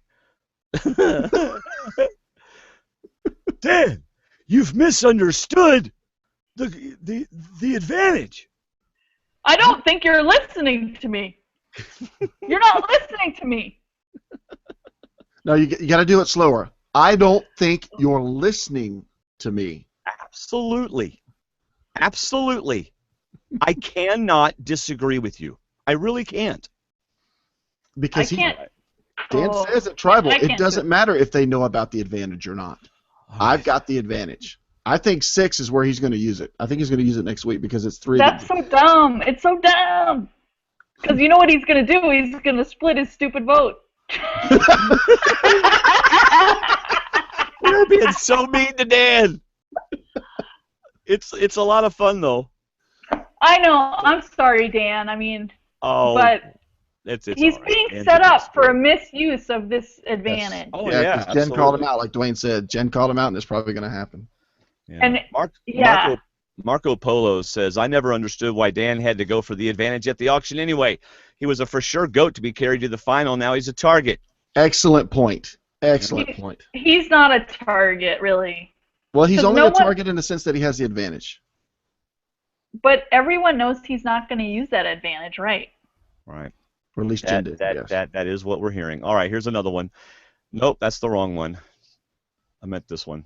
Sierra is our runner-up. Someone's voting her way just to make sure Will or Dan is in 3rd place. Now, that happened recently. Was it last season that someone put a vote just so that the person would be 2nd place? Yeah, Jacqueline got 1 vote, so Missy would get 3rd, wasn't it? Right. So. I don't even know. We haven't seen Sierra. I keep forgetting she's there, and I feel bad about that. Yeah. But all right. I don't think she makes our final 3. I think she would have been a little more present in the edit. Yeah, maybe so. Yeah, I think she's the first one out because she's got friends on the jury. No matter how she's played, I think she's got too many possible friends on the jury, and Mike or Carolyn wouldn't want to risk that. So I think Sierra goes 5th, and Carolyn goes 4th, and Mike takes Rodney and Will. Final 3. That's my call. All right. My mind is starting to float in the room, so let's get to Tribal Welcome Council. to my world. Now I know how they feel in Colorado. All right. Oh, Tribal Council. Mike, one of the 6 is going home. Dan, I'm the bottom of the 6. What about the Dan? I mean, anything I want to talk about Tribal? Oh, Tyler going. Yes, I would be surprised if it was me. And I was like, well, it is you. Kiss of death. Yeah. I like Mike. Mike plays the idol. By the way, I play that on myself. Just in case. Yeah. Just in case you thought I was playing it on Will. Yeah. Tyler goes home. Special announcement time. I mean, there you go. There's the whole episode, right? Yeah. I don't really think anything too interesting happened at Tribal Council myself. I think this podcast was more interesting than the episode. It was a good episode, but I think our discussion was even better. Yeah, I enjoyed this discussion, guys. Thank you for having me. Any episode that Kass is on is better. So therefore, you need to vote for Kass for the second chance, Survivor Second Chance. All right? Do it today. And while you're there, vote for Kelly and some of the others. I tell you what, since we're at the special announcement, I voted last night, and I didn't have a hard time at all picking 10 guys. That was easy. The 10 girls, I only wanted like 5 of them on there anyway. The rest of them I don't even want on. Have you voted yet, either one of you? Yes. No, I'm not voting. These people all suck. Including you? I mean, is that what you're saying? Including like all 32? Yeah. 31 suck. No, I'm just kidding. Okay. Well, no, anyway, I voted. Did you vote? Good. I had a hard time picking 10 females. No, I didn't have a hard time, but I'll probably pick 10 different ones tomorrow. Yeah. Well, the thing is, I have in the males and females, I probably have 5 or 6 that I really would like to see on. Right. And then, like, 4 or 5, I'm like, whatever. Yeah. It's just random. But I'm actually voting. I'm already playing the game, so I'm voting for people I think I could beat. Well, right, of course. Right. Well done. And that's what I would do if I was in that opportunity. But in the same vein, I love all the old school people because, you know me, I've been a fan from the beginning. So I love the thought of Kelly Wigglesworth, Jeff Varner, Kimmy. Right. Savage, I love, but then I learned maybe he knows Jeff Probst personally, so that kind of taints my view. But oh, yeah. I still feel I'd like to see all these pre-season 20 people get on. Because I like the thought of people who haven't played in many years coming back and playing, and right. Like Kelly Wigglesworth, she was in her 20s and now she's in her late 30s and she's a mom and married. I'd love to see who she is as a person now, you know, and how she would play and how life changes do that. And I think there's a dynamic among recent players. When you see yourself on TV, you might change your game. Like personally, even though I'm always going to be sarcastic and who I am, I really have taken to heart a lot of things I've read about myself. So, Chaos Kass, you know, that was a fun ride, but this is second chances, and for me, this is my last chance. I already told them I will not come back no matter what, and I want to win. So I'm going to do what I have to do to win. And I'm not playing for popularity or anything. I'm playing to win. And if that means I have to suck it up and listen to Terry and Shane and all these guys and be like, yes, sir, you're great. Carry those balls across that net, I will. So as a fan, if you're not on this ballot, who from this season 30 cast would you like to see play again as a fan? Is there anybody that jumps out at you? Well, I love Shireen. That does not surprise me. Go ahead. Yeah, I would love to see Shireen play again. I want to see her play when no one is... Personally, I feel like a lot of dirty stuff happens out there, and I know that from my experience. And my perspective on that's different, and I know it's been all crazy out there, and I don't want to get into it. But I'd like to see her in a season where that does not come into play, or it's not in our face that's into play, and see if she can assimilate into a tribe where she doesn't feel that way. I wonder how much better she would have done if Max had not been there. I personally, with Max, I don't think he deserves a second shot. I think he was the professor of Survivor and touted himself as such and did all these things to emulate past people, but not to be his own character. Right. And not to go out and win, more like to go out and be part of Survivor. I don't think that deserves a second shot. It'll be interesting to see what he says, because we're going to talk to him about a week and a half about why, talk to him, and he's going to say why he wants to be on the show again. So it'll be interesting to see what he says. Yeah, I mean, if I spent my life studying Survivor and teaching other people about it, pre-merge, no one would date you, Kass. No one would date you. If I were not a happily married woman, I'm totally dateable. I'd be all over Tinder as the evil mother who has no soul. There's a picture out there. Not if you were pre-merge. I'm sorry. Not if you were voted out pre-merge. No, I might be pre-merge if I return, right? That's the rumor on the internet. I'm first out. Oh, so, really? Wow. The game hasn't even played yet. You're not even on the show, and they're already... Not even on the finale yet. Spoiler alert! Spoiler alert! Cass is first out! In case you didn't know, I haven't left yet, but I'm going on a vacation with the likes of Spencer, Brad Culpepper, and Vetus, and all the other proposed. But no, who I would vote for, all the early people, because I want to see them back, just as a person, and if this is truly a social experiment, anyone who believes that and still buys into it should want to see how these people have aged and how they've matured, and if they gained anything in life. Are they still hanging on to that moment they had 10, 15 years ago? Right. Or have they moved on and come in with a fresh outlook? Right. That, to me, is fascinating. The newer players that I'd want to see are people I think could truly bring something new to the game. There's several players I don't think have changed. I don't think they've evolved in any way. And I think we'll get the same game out of them. Mm-hmm. So I'm not going to name them because then they'll be all pissed off at me. They're the ones feeling like they were shortchanged and never got to play their game, so they're going to play the same thing. Right. If you didn't write, if your answer to the question, what will you do differently, is not win, I don't buy it. Wait, I'm the only one who answers like that. I'm interested to see how Spencer... Oh, were you the only one who did that? Yeah. Yeah. That was my only answer. Win, period. I'm interested to see how Spencer will play differently, because he basically said, I would have played completely differently if I had not been in the situation I was in, which may have been to his detriment, so I'm not sure what he'll do. Well, all of us say that. If I hadn't been on the bottom from the start, Spencer started at the top, so I don't know what the hell he's complaining about. He started out in an alliance of 4, and he let that go to crap because he let Garrett take over, and then the girls took over, and then Chaos Kass took over. I think you need some time to mature or something, and even I would prefer to have several more years distance. Yeah. Not physically, but mentally. Hey, but this. I like what Proud Nurse says on YouTube. This will be a first chance for Shireen to play with decent humans. I like that she thinks any of the people in the running are decent humans. There you go. All right. Well, we got some feedback to get to, so let's go ahead and get to our feedback. And this is, we do recap and feedback on the same show now, so we don't have to do 2 shows.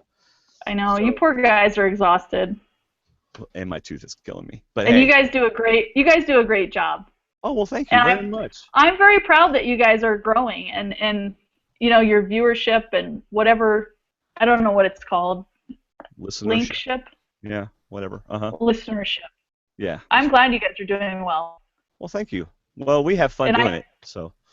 I know you guys have a good reputation for being actually nice, so I think that goes a long way when people are going through this as contestants. So yeah, go to your feedback. And every once in a while we have someone on the show that really tests our boundaries on that nice. No, I'm just kidding. I mean, we did call Holly and get her to send the book, so I'm just kidding. Yeah. No, I'm just playing. What? Where's what, my Cass? ball? Where's my ball sack? Yeah, Oh, yeah. I misplaced it. You left All it right, behind the ladder. It's in my purse. All right, I know. David. I know Mr. Kass isn't listening, so I'm not worried. There you go. David, let's go ahead and start with you with Andy Westover. All right? Oh, you skipping Bobby? Oh, well, now I'm not. Okay, let's go back to Bobby. Sorry. It's okay. I found this channel the reason why I was going to skip it is because we were running a little late, and it's from last week, but I'm going to go ahead and read it. I found this channel a few weeks ago and planning to watch as much of your older videos as I can. It's a good podcast that I enjoy listening to, but I can rarely make it to your live show, so I watched the archive. I know you read feedback sometimes, so I thought I would say my thoughts. I hate pagonging as much as many people do, but what has mostly confused me about this season is the fan perception of two people, Dan and Mike. Yes, Dan made what appeared to be sexist comments, but to those who are outliers from everything else he has done. He shows great enthusiasm for being here, shows great knowledge of the game, and has some of the best secret scene confessionals of anyone there. His few black marks are offset by all the good I think he is for the show. All right. What I don't feel can be debated, though, is Dan's poor communication skills. I laugh every time you play those sound effects of the not in service call. We're sorry, the number you have dialed is not in... Or the crickets. As I feel they are appropriate. He deserves that kind of teasing. We agree. And it's fun to tease Dan because he takes it and he likes it. However, I feel like he is just a good guy who doesn't know how to talk to other people. He is too blunt, a trait that I often share with him. It's not a very socially accepted trait, as people would frequently rather be told nice lies instead of mean truths. But I appreciate that Dan is not filtered. Filtered people are boring and often not genuine. He is one of the most genuine people cast this season, and is why, other than Shireen, he is my favorite of the season. Okay. Most genuine? Yeah, no, I don't. I mean, doesn't he say things to people and then go, I didn't really believe that? Well, he's genuine to himself. And here's the thing. Professionals, not to people necessarily. Okay, I got you. I don't think Dan. Okay, I think Dan is someone who is often misinterpreted. I think you have to look at his cultural background. New England, Maine guy. My mom's from New England. My grandparents are from New England. So I get it. They are particularly from Maine, which I've spent many summers there, and they're very blunt people. You know, do I think Dan is sexist if he were a 25-year-old man? Certainly. But I don't know how old Dan is. Is he like 50? I think he's 46 or something. He was 47 when they filmed. Cause he was, oh my God, he's younger than my husband. He looks terrible. Okay. Your husband or Dan? No, Dan. That's weird to me that he's younger than my husband. That's weird. Anyway, but I think it's that. It's terrible. No, I'm trying to process all that right now. I know. I think while you're processing, I think Dan is taken too literally sometimes. As in, people don't say, Dan, relax, or Dan, what are you talking about? They hear Dan and they take it and it's done. It's like I think if you get to know Dan, you laugh at Dan, and I don't think you laugh with him. Yes. I could have a beer with Dan and get along fine in a small dose. He'd be the guy where you go out and drink with him and hang out with him and watch a football game, which I don't watch football, but I'm pretending I do. Maybe watch a hockey game with him, and he'd be fun to hang out with in a small dose. Right. But I don't fault him because I think that's the culture he comes from. Just like we don't fault Rodney, we shouldn't fault Dan. But Dan is a little more mean-spirited, in my opinion, and there's so many things that go into that. Right. I've been reading all these books, so I feel for Dan. I feel for Dan because I know he's going through a rough time. Because I've been the villain on a season, and I did far less than Dan did to earn that. But yeah, I don't know what I think of Dan. He just seems like, I was in the military. He reminds me of certain chiefs I had in the Navy who were just kind of, that's just the way they were, and you get used to it. Right. So. All right, let's continue. He says, Mike, I have the opposite opinion of, and also seems to be the opposite opinion of most. I think that other than Will, he is the worst player of the season. Wow. He is self-admittedly too aggressive, as he said in some secret scenes. He wants to do everything himself because he thinks he can do it better solo than in a team, which is not a good trait, as you are, to some degree, reliant on other people to get far in this game. He was in the best position in the game until the auction, which has to be the contention for top 10 worst plays in Survivor history. He showed in front of everyone, including Probst, that Mike will break your trust in a moment's notice. From a viewer's perspective, it looked great, but moves that look great for the viewers are often bad from a strategic point of view. He further compounds his error by calling out Rodney when they get back with terrible timing. He relegated himself to needing to immunity out in order to win. If he makes the final tribal, yeah, he will win, but I don't think it would be deserved, as he would have gotten there only by challenges. Mike seems like a nice guy when he is not playing Survivor, but as a Survivor player, I am having a hard time understanding why he is so popular. I know it's long, and I don't expect you to read this whole thing, but as a new person to this podcast, I am enjoying it. May even donate to you guys in the future. Have a good day and enjoy the season. Bobby.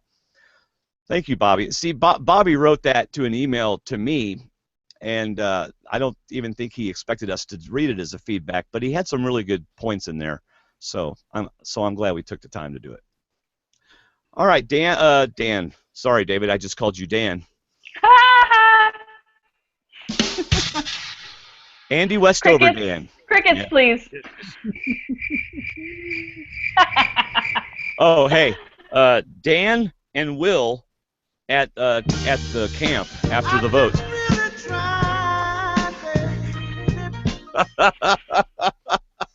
As God is my witness.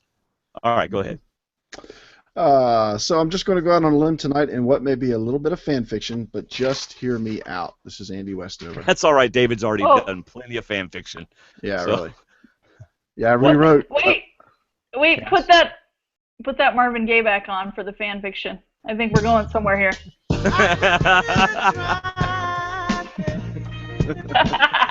Oh, wait a second. All right. Hold on. Proudverse on YouTube says, I really think Dan wrote that feedback. All right. And she also says, I'm with Kass. Dan should only be taken in small doses. So, yep. All right, go ahead. All right. Andy's fan fiction point number 1. I don't love this move for Carolyn. Tyler was an obvious threat and did need to go. However, I just wonder if it was a vote or two too soon for her. I think she could have stayed with Tyler, voted out Dan and his advantage, since they are apparently the only two that know what it is, and dealt with Tyler a little later. Having his vote on her side could have been beneficial for the next couple votes. Either way, certainly not a horrible move, as she got in before he could get her, and we all know that that would have happened eventually. I think it is very possible that this is more of a Sierra. I'm sorry, number 2. I think it is very possible that this is more of a Sierra move. Who? Yeah, I said it. Sierra? I'm not entirely comfortable with it, but I think she may deserve the credit here for a couple reasons. A, we haven't seen much from her, and she has been vocal about getting out Tyler for a couple episodes now, and has really been the one that has been so other than Mike. So I remember she was the one that went to Rodney and said he's going to win this game. You know, we need to get rid of Tyler. Right. Point B, everyone knew what Mike was doing, so this was a no-brainer for him, and therefore not his move. As previously mentioned, though not a horrible move, there were certainly some reasonable motives for Carolyn to keep Tyler around and to vote out Dan instead. This was not an obvious or slam-dunk move for Carolyn, yet she did it anyway. Why? The reward challenge may have contributed, but I think Sierra's insistence likely played a role. And if Sierra did insist and we didn't see it, then Sierra's not getting a good edit. Well, Sierra has mentioned Tyler the last couple of episodes, which is, I think, where this point is. So. Right, but they made it look like it was all Carolyn. And then point C, of the two that flipped, this makes the most sense for Sierra. Mike is an obvious target for everyone and will continue to be so.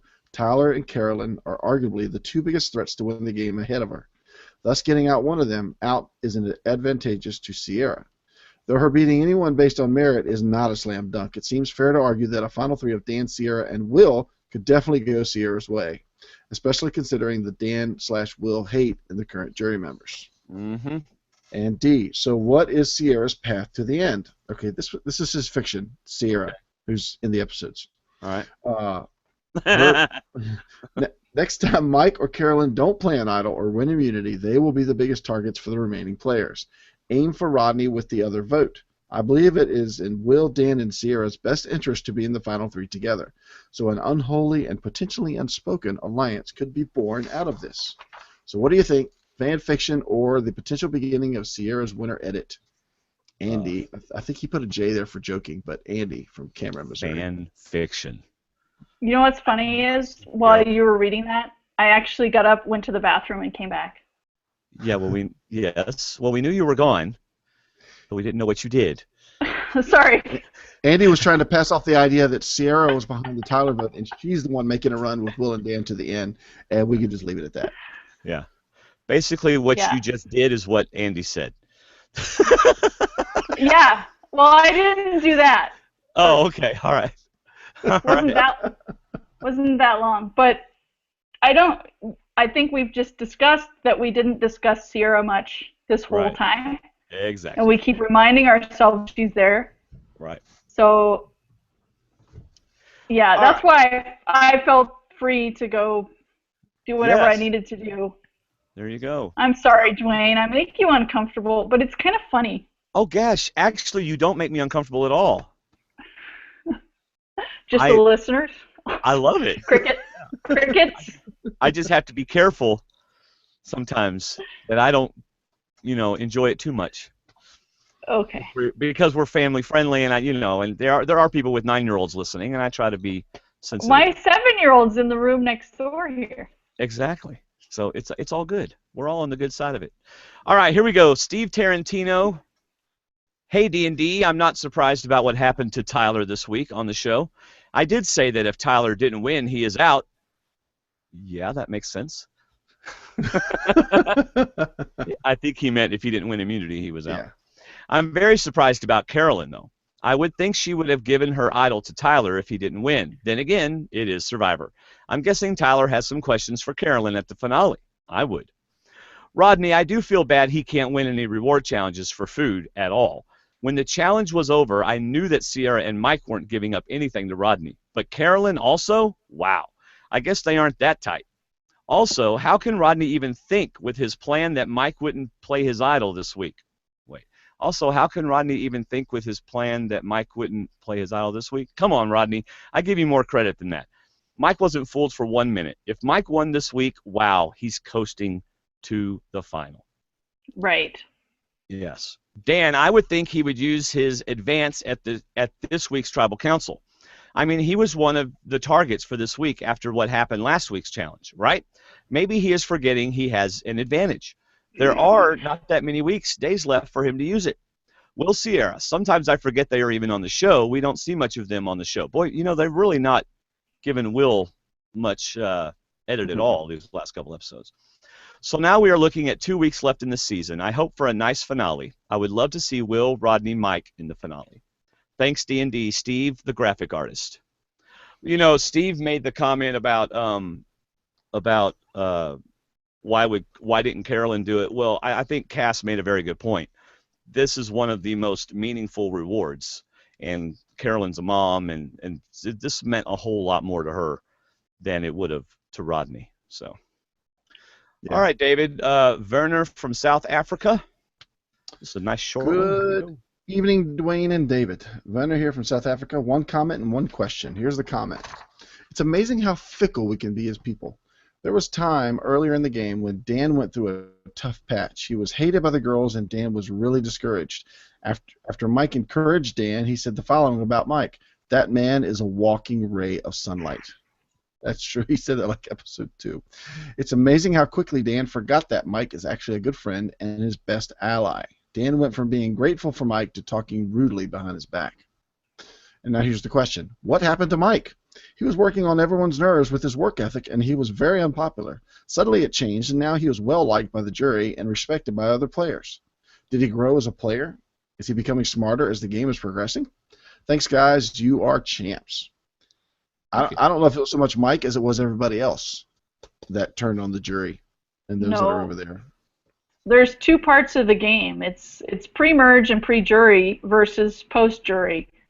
So if you wake up yelling at people about firewood, for instance, that was all on blue collar, right? Yeah, and those were people who weren't losing. The longer a tribe goes without losing, the more you get this infighting over silly little things. Because you're just itching to get rid of someone and start playing, but you don't want to give that up. So that negative side of Mike was shown kind of pre-merge, right? Right. That was when we had Lindsay and Rodney and all that. And we've seen with Rodney that he gets explosive and angry, but then he doesn't hold it. Right. You know, which is a great quality. Right. Like, explode at him, you know, I'll get the damn firewood when I want, and then he's over it. He's going to do your impressions and entertain you and complain that he's hungry. So he also said that he goes off and calms down because he wants to be cool, calm, and collected. So that's all the trees with holes in them. Yeah, he's got this mantra in his head. I'm going to be cool, calm, and collected. Cool, calm, and collected. So when he does blow up, he's got that mantra. So I think what happens is he steps away and he goes and he gets himself calm. Yeah, he has his own personal 3-step program. Right. Going on. How neat would it be to find out that Mike and Rodney have had a secret alliance this whole time? We need to be fighting. We need to keep everybody on their toes. Yeah. I don't think that's happening. And well, you're really into the fan fiction tonight, aren't you, David? Have we seen Mike since jury time actually have that negativity around camp? We haven't seen him explode at people. He came to Shireen's defense, but we haven't seen him get in a fight over work ethic, which was really the only thing.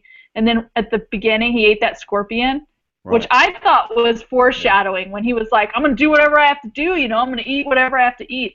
That when we saw that in the first or second episode, whenever it was, I was like, oh my God, he's our winner, because they just showed him eating something poisonous and saying, it doesn't matter, I'm going to do whatever I have to do. Right. So, and then I kind of fell off the Mike bandwagon for a while, but I kind of feel like if he wins and he does this immunity run, or somehow without winning immunity gets to the end, he deserves it. Big time. But we have not seen him post-merge explode or have a negative edit at all. Nope. That was all pre-merge where he was kind of goofy and stuff. So, but we've seen Rodney kind of go on this downward trajectory right now. He had kind of a little peak. So I'm super confused with this. I don't think a woman's winning. Yeah, I think because Jeff likes the season. I think to answer Verna's question, I think Mike has grown as a player. He's picking his spots, even though he regrets going off on Rodney for flipping on him after the auction. You know, the timing was bad. He admits that. That's like one of the main negative things we saw of him. And that wasn't even a blow-up. That was just a, look, I know what you're doing. He just called him out. And the timing was poor, but otherwise that wasn't the Mike that we saw with Blue Collar. Not at all. Yeah. We don't see that guy at all anymore. And maybe Mike and Rodney have more like a brother relationship where they kind of fight about things and then they're over it. Like, they feel that they're equal. I think that's what's going on. I think they're both guys that are... respect thing. Yeah, because after every challenge, there's high fives and there's congrats and there's a good try and all this kind of stuff. You still hear that going on. Neither of them seem very, mean or vengeful. Right. Against each other. Right. So. Right. Not like Dan. We're really getting that from Dan when he's talking about Mike. Yeah. Dan really is upset with Mike. Yeah. And why? I mean, Mike has never voted against him. Because he broke his trust. and trust. I think that's it. I think they had it since day one, and all of a sudden Mike went on his own. He broke that trust, like Dwayne said. Well, pre-game, I actually picked them for going to the end together. Yeah. Because of their body language towards each other and all the photos. But Right. And see, that's another part of Dan's argument to the jury, and that look at me. I am the oldest, fattest, ugliest, slowest, non-physical challenge person on this tribe. I should have been the first one gone, but I figured out a way to get to the end. So that's why I'm asking for your vote. That's just one thing in his favor, I think. that is a horrible argument. Nope. I found myself saying yep because I say yep a lot, and then I realized, wait a second, I can't say yep to that. All right, we have one more feedback, and then we're going to let Kass go to bed. Here we go. Will the Giant Ninja. What's up, guys? It's Will from Wonder Lake again, a.k.a. the Giant Ninja. So we're headed to Des Moines to spend Mother's Day with my mother-in-law. Happy Mother's Day, Kass. Crickets. Why crickets? You have kids. Oh, no. I'm going to my mother-in-law's, too, for Mother's Day. Oh, okay. All right. I don't know whether y'all know this, but I love me some Kass. 6 hours in the car, 5 kids, the youngest of whom cried for the last 2 hours. Oh, joy. But my daughter... Is his name Rodney? Yeah. But my daughter Grace asked whether we could all wear our Survivor Talk shirts today. The Hawks play tonight, but I agreed. We look adorable or annoying, I can't tell. He actually posted a picture in our Facebook group. So we're down to 6. It's about time for a why they'll win, why they'll lose by the Giant Ninja. So here we go, from the least likely to win to the most likely to win. Number 6, Other Will. Why he'll win? He won't, period. Even if he's there with Danimal in a final 2, he loses. Why he'll lose? He has nothing to hang his hat on. He's awful at challenges. He's shown no strategic acumen to speak of, and his social quote-unquote game has alienated 4 votes already, plus Sierra and Mike. Number 5, Danimal. Why he'll win again? Why he'll win? Again, he won't. Sorry, David. But if he does, it will be because he engineered his ideal final 3 by utilizing his double vote. Dan, use it at final 6. That's when it's most valuable. Why he'll lose? Because his understanding of what's going on is lacking, and everyone knows it. He'll be in the final 3, but he won't get any votes. In fact, everyone above here should try to go to the end with Dan, and Other will. Number 4, Rodney. Why he'll win? Simply put, Dan will stay loyal to him, and he's the least offensive of the non-Mike men. Why he'll lose? He can't beat any of the people above him, and at least one of them will get to the end. Number 3, Sierra. Why she'll win? Because she's the smallest target of the likable players. Why she'll lose? Rodney could beat her on a strength of his strategic game, and she's been seen as a follower all game. Moreover, on meta level, we haven't been getting the Sierra perspective, which tells me she'll be out soon. Number 2, Carolyn. Why she'll win? Mama C had her coming out party this week. She took out her strongest ally and has a hidden immunity idol that nobody knows about. Well, except for Tyler. She will make the final 4 and isn't a target yet. She wins easily as long as Mike isn't sitting with her. Why she'll lose? Mike will be sitting with her. And number 1, most likely to win, Mike. Why he'll win?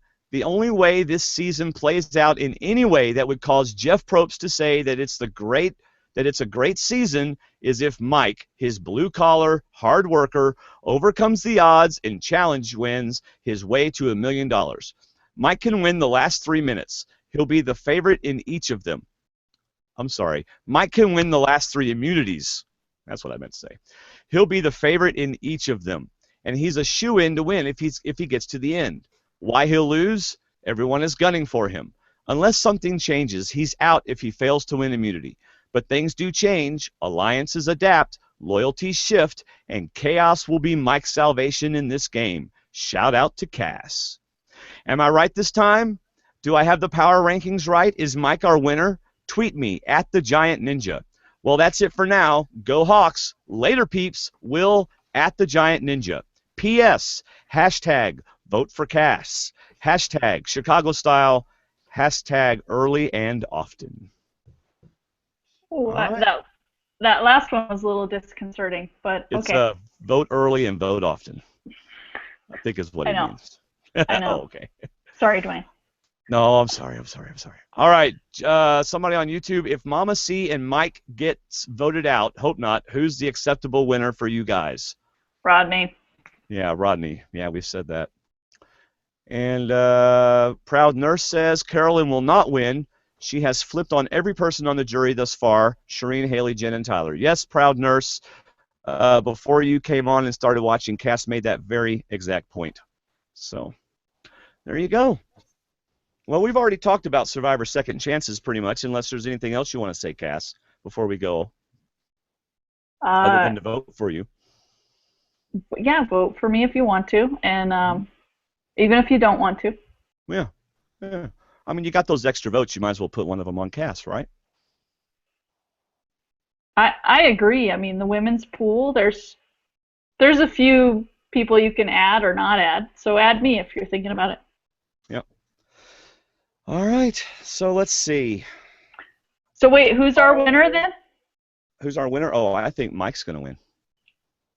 I hope Mike wins because it would be a good winner. Oh, I agree. It'll be a fun win to watch, too. Mike's been fun to watch the whole season, you know? So Mike gets every vote but except one person. Jen votes for Rodney just so Dan doesn't get second place. And then Dan's third, Carolyn's fourth, Sierra's fifth, and no. I'm sorry, Will gets third place behind Rodney.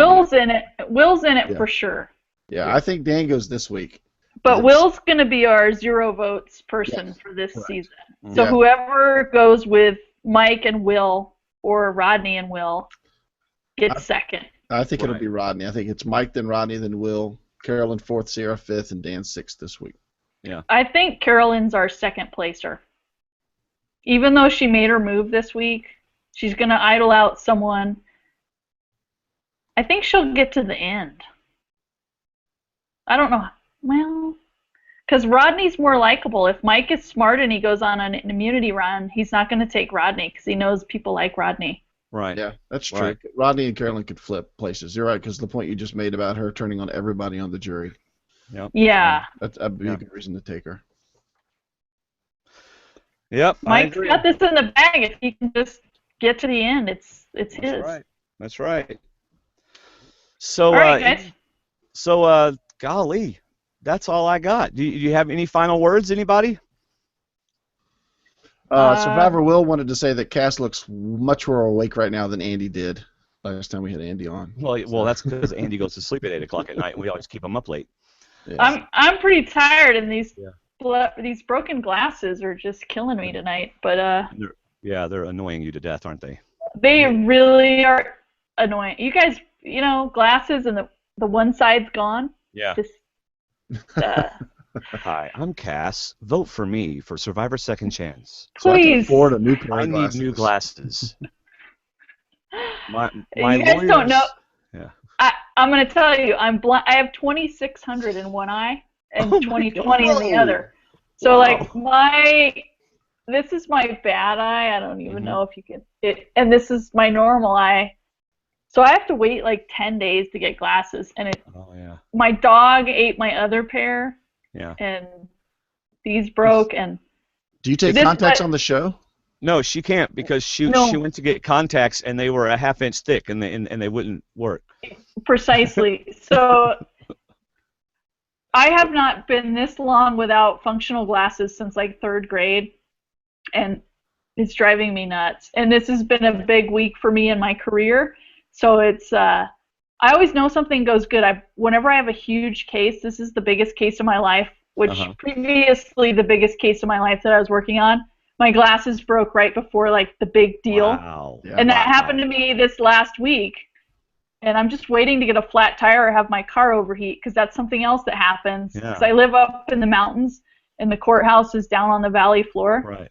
Yes. So when I've had big cases, my glasses break and my car has some sort of problem. Tomorrow you're going to go outside and the engine's going to be laying on the ground beside the car. I'm seriously waiting for. I have a huge case going on right now. I was not actually lying about a work conflict.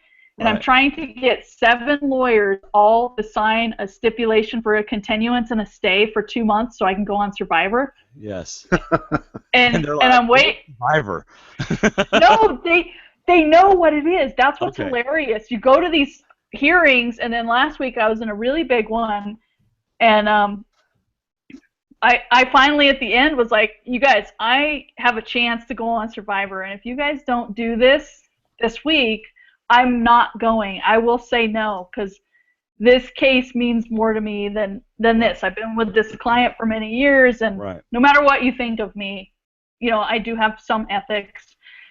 So it was so funny. The lead counsel on the defense side was like, we know you were on Survivor. My wife and I watch it. We love it. And he's like, I would never keep you from Survivor. What do we need to do? Yeah, really. So everyone's on board. I need those signatures, though, because we're 13 days out right now from leaving. And I own my own firm. It's really hard to leave. Right. And it's kind of abandonment of your clients. Of course, my clients are all like, please go, please go. Right. So. Do you argue cases in front of juries? Not often. I mean, I'm a plaintiff's attorney, like a civil attorney, and a lot don't go to trial. You know, you bluff your way. Right. Well, I was wondering if you did, would that taint the jury pool? I mean, does the judge look at this and go, how are we going to get a fair jury? They all know Kass. Well, I live in a very small county. There's only 2 judges that are civil judges. Like, I thought you were going to say there's only 2 TVs. But go ahead. There's only, but there's 2 judges that do civil matters in our county that are, you know, when you're fighting over money only. And that's the kind of law I do. And they both know who I am. And I guarantee you it's a factor since Survivor whenever I go in that when I was on Survivor, it was on the CBS News every week. It was in the local paper. It's a big deal. I mean, I know you all think California is like all LA, but there's 8,000 people in my town, and we're 2 hours from LA. We're many hours from any metropolis, and it was a huge deal here. So I go into the courthouse. The bailiffs know who I am. Everyone has pictures with me, and I know if I have a jury trial, at least 1 or 2 people of the 12 are going to know who I am. I have not had a jury trial since I went on Survivor, and I think it's a pretty big factor when I go in and just say, you know, one of those people will have seen me in my underwear on TV, and no matter what they think of that, they all go home that night and Google me, and that changes perception. So it's hilarious. Yeah, absolutely. You know, you were saying, you know, most people think California is all LA, but heck, the north part of California, they were almost their own state. Yeah, and I'm from Kern County, which is also where, well, Kelly Wigglesworth is from North Carolina originally, but when she went on Survivor, she actually was from like 45 minutes from where I am. She was a river guide up in the mountains. Yeah. And then Nina from the current season is from 45 minutes the other way towards LA. And we're going to do lunch, I hope, soon. I've just, you know, we've just started talking, so hopefully we will get to meet up. Sometime in the next 13 days. Probably not the next 13 days because I'm school. You know, it's the end of the school year, and that's true. It's rough. This one's a rough one for me to be part of it. I want to go, but the timing is difficult. Yeah. But if I go, I'm gonna go to win, and that's right. You know. Well, it'll certainly be fun to watch you, and I'm certainly voting for you. So I hope that you make it on. So thank you for coming on our show tonight. I'm glad we planned this a couple months ago, and I'm glad it worked out. Yeah, thanks you guys. It's always good, and you know, whenever you need someone, just give me a call. Not about any seasons I'm on, obviously, unless I'm the first boot, and then I'll just trash. But, you guys should do this earlier so you're not so sleepy. Oh, I'm only sleepy because I've been taking pain medicine. Otherwise, it's a good time for us usually. All right. But I'm truly happy that you guys are doing better. Like, the podcast is growing. I like that. Well, thank you. And I love you guys' attitude. No, I mean You corrected yourself quickly. That was good. No, it's really taken off. I feel like since I met you guys, you're like double the viewers or listeners or whatever, right? Yeah. It's fun. Well, we have a great Facebook group too, and thank you for being a part of that because that is really fun community. Yeah. I like your community because you guys are nice. Yeah. I tell you what, in all honesty, the last couple of weeks has been difficult in the group because, you know, we try to keep it a family-friendly group, and we try to, you know, one of our understandings in the Facebook group is we don't do personal attacks. You know, we give each other the benefit of the doubt, and we're kind to one another. Well, you have 100 people join in 1 week because of an article about Will and Dan and stuff, and oh my gosh, it was tough. You know, I was doing all kinds of messaging and, all right, y'all, you know, we're a family-friendly group and we're going to be kind to one another and stuff like that. And it's kind of settled down now, and it's pretty awesome because now we have, you know, 95, 100 new people on our Facebook group that are experiencing what we love about our Facebook group, you know, and they're getting a different perspective about stuff. So, you know, because we're not a Facebook group that bashes people and things like that. So anyway. I think that's why former contestants or present contestants or whatever feel safe coming to you guys. Yeah. You know. Well, so I'd say keep it up because I think you have a good thing going, and I think the reputation is getting out there among contestants that no, you're not going to go be attacked here. Right. Well, thank you. So, yeah. So good job, guys. Thank you, ma'am. All right, so I'm going to close out the show. For those of you who are audio listeners, I'm going to close out the show with the acoustic version of Relentless by Hillsong United. I just did it in worship a couple weeks ago, and it was amazing, so I'm going to let you hear it at the end of the show. Check out our other podcast, Movie Talk with D&D. Don't know if you've read or listened to that one yet, Cass, but if you like the movie Die Hard or Super 8, we talked about them, and so that's kind of fun to pass the time. And thanks again to our monthly patrons and those who shop Amazon. We really couldn't do the show without you, and also we have something really big and huge and amazing happening that we can't tell you what it is, but your money is helping it happen. So thank you very much. Did you find an idol? Yes, I found an idol. Yes. So follow us on Twitter at Survivor_Talk. Join our Facebook group, stwdd.com/Facebook. Thanks again for listening, everybody. That is all I've got. How about you, Dave? I'm good. I don't know why I accidentally hit that. How about you, Cass? You doing all right? Don't make that sign for us, please. I that won't. Song. All right. Let's see. Cass. Crickets. Oh, yeah, crickets. All right. Thank you, everybody, for listening. Bye, everybody. See ya.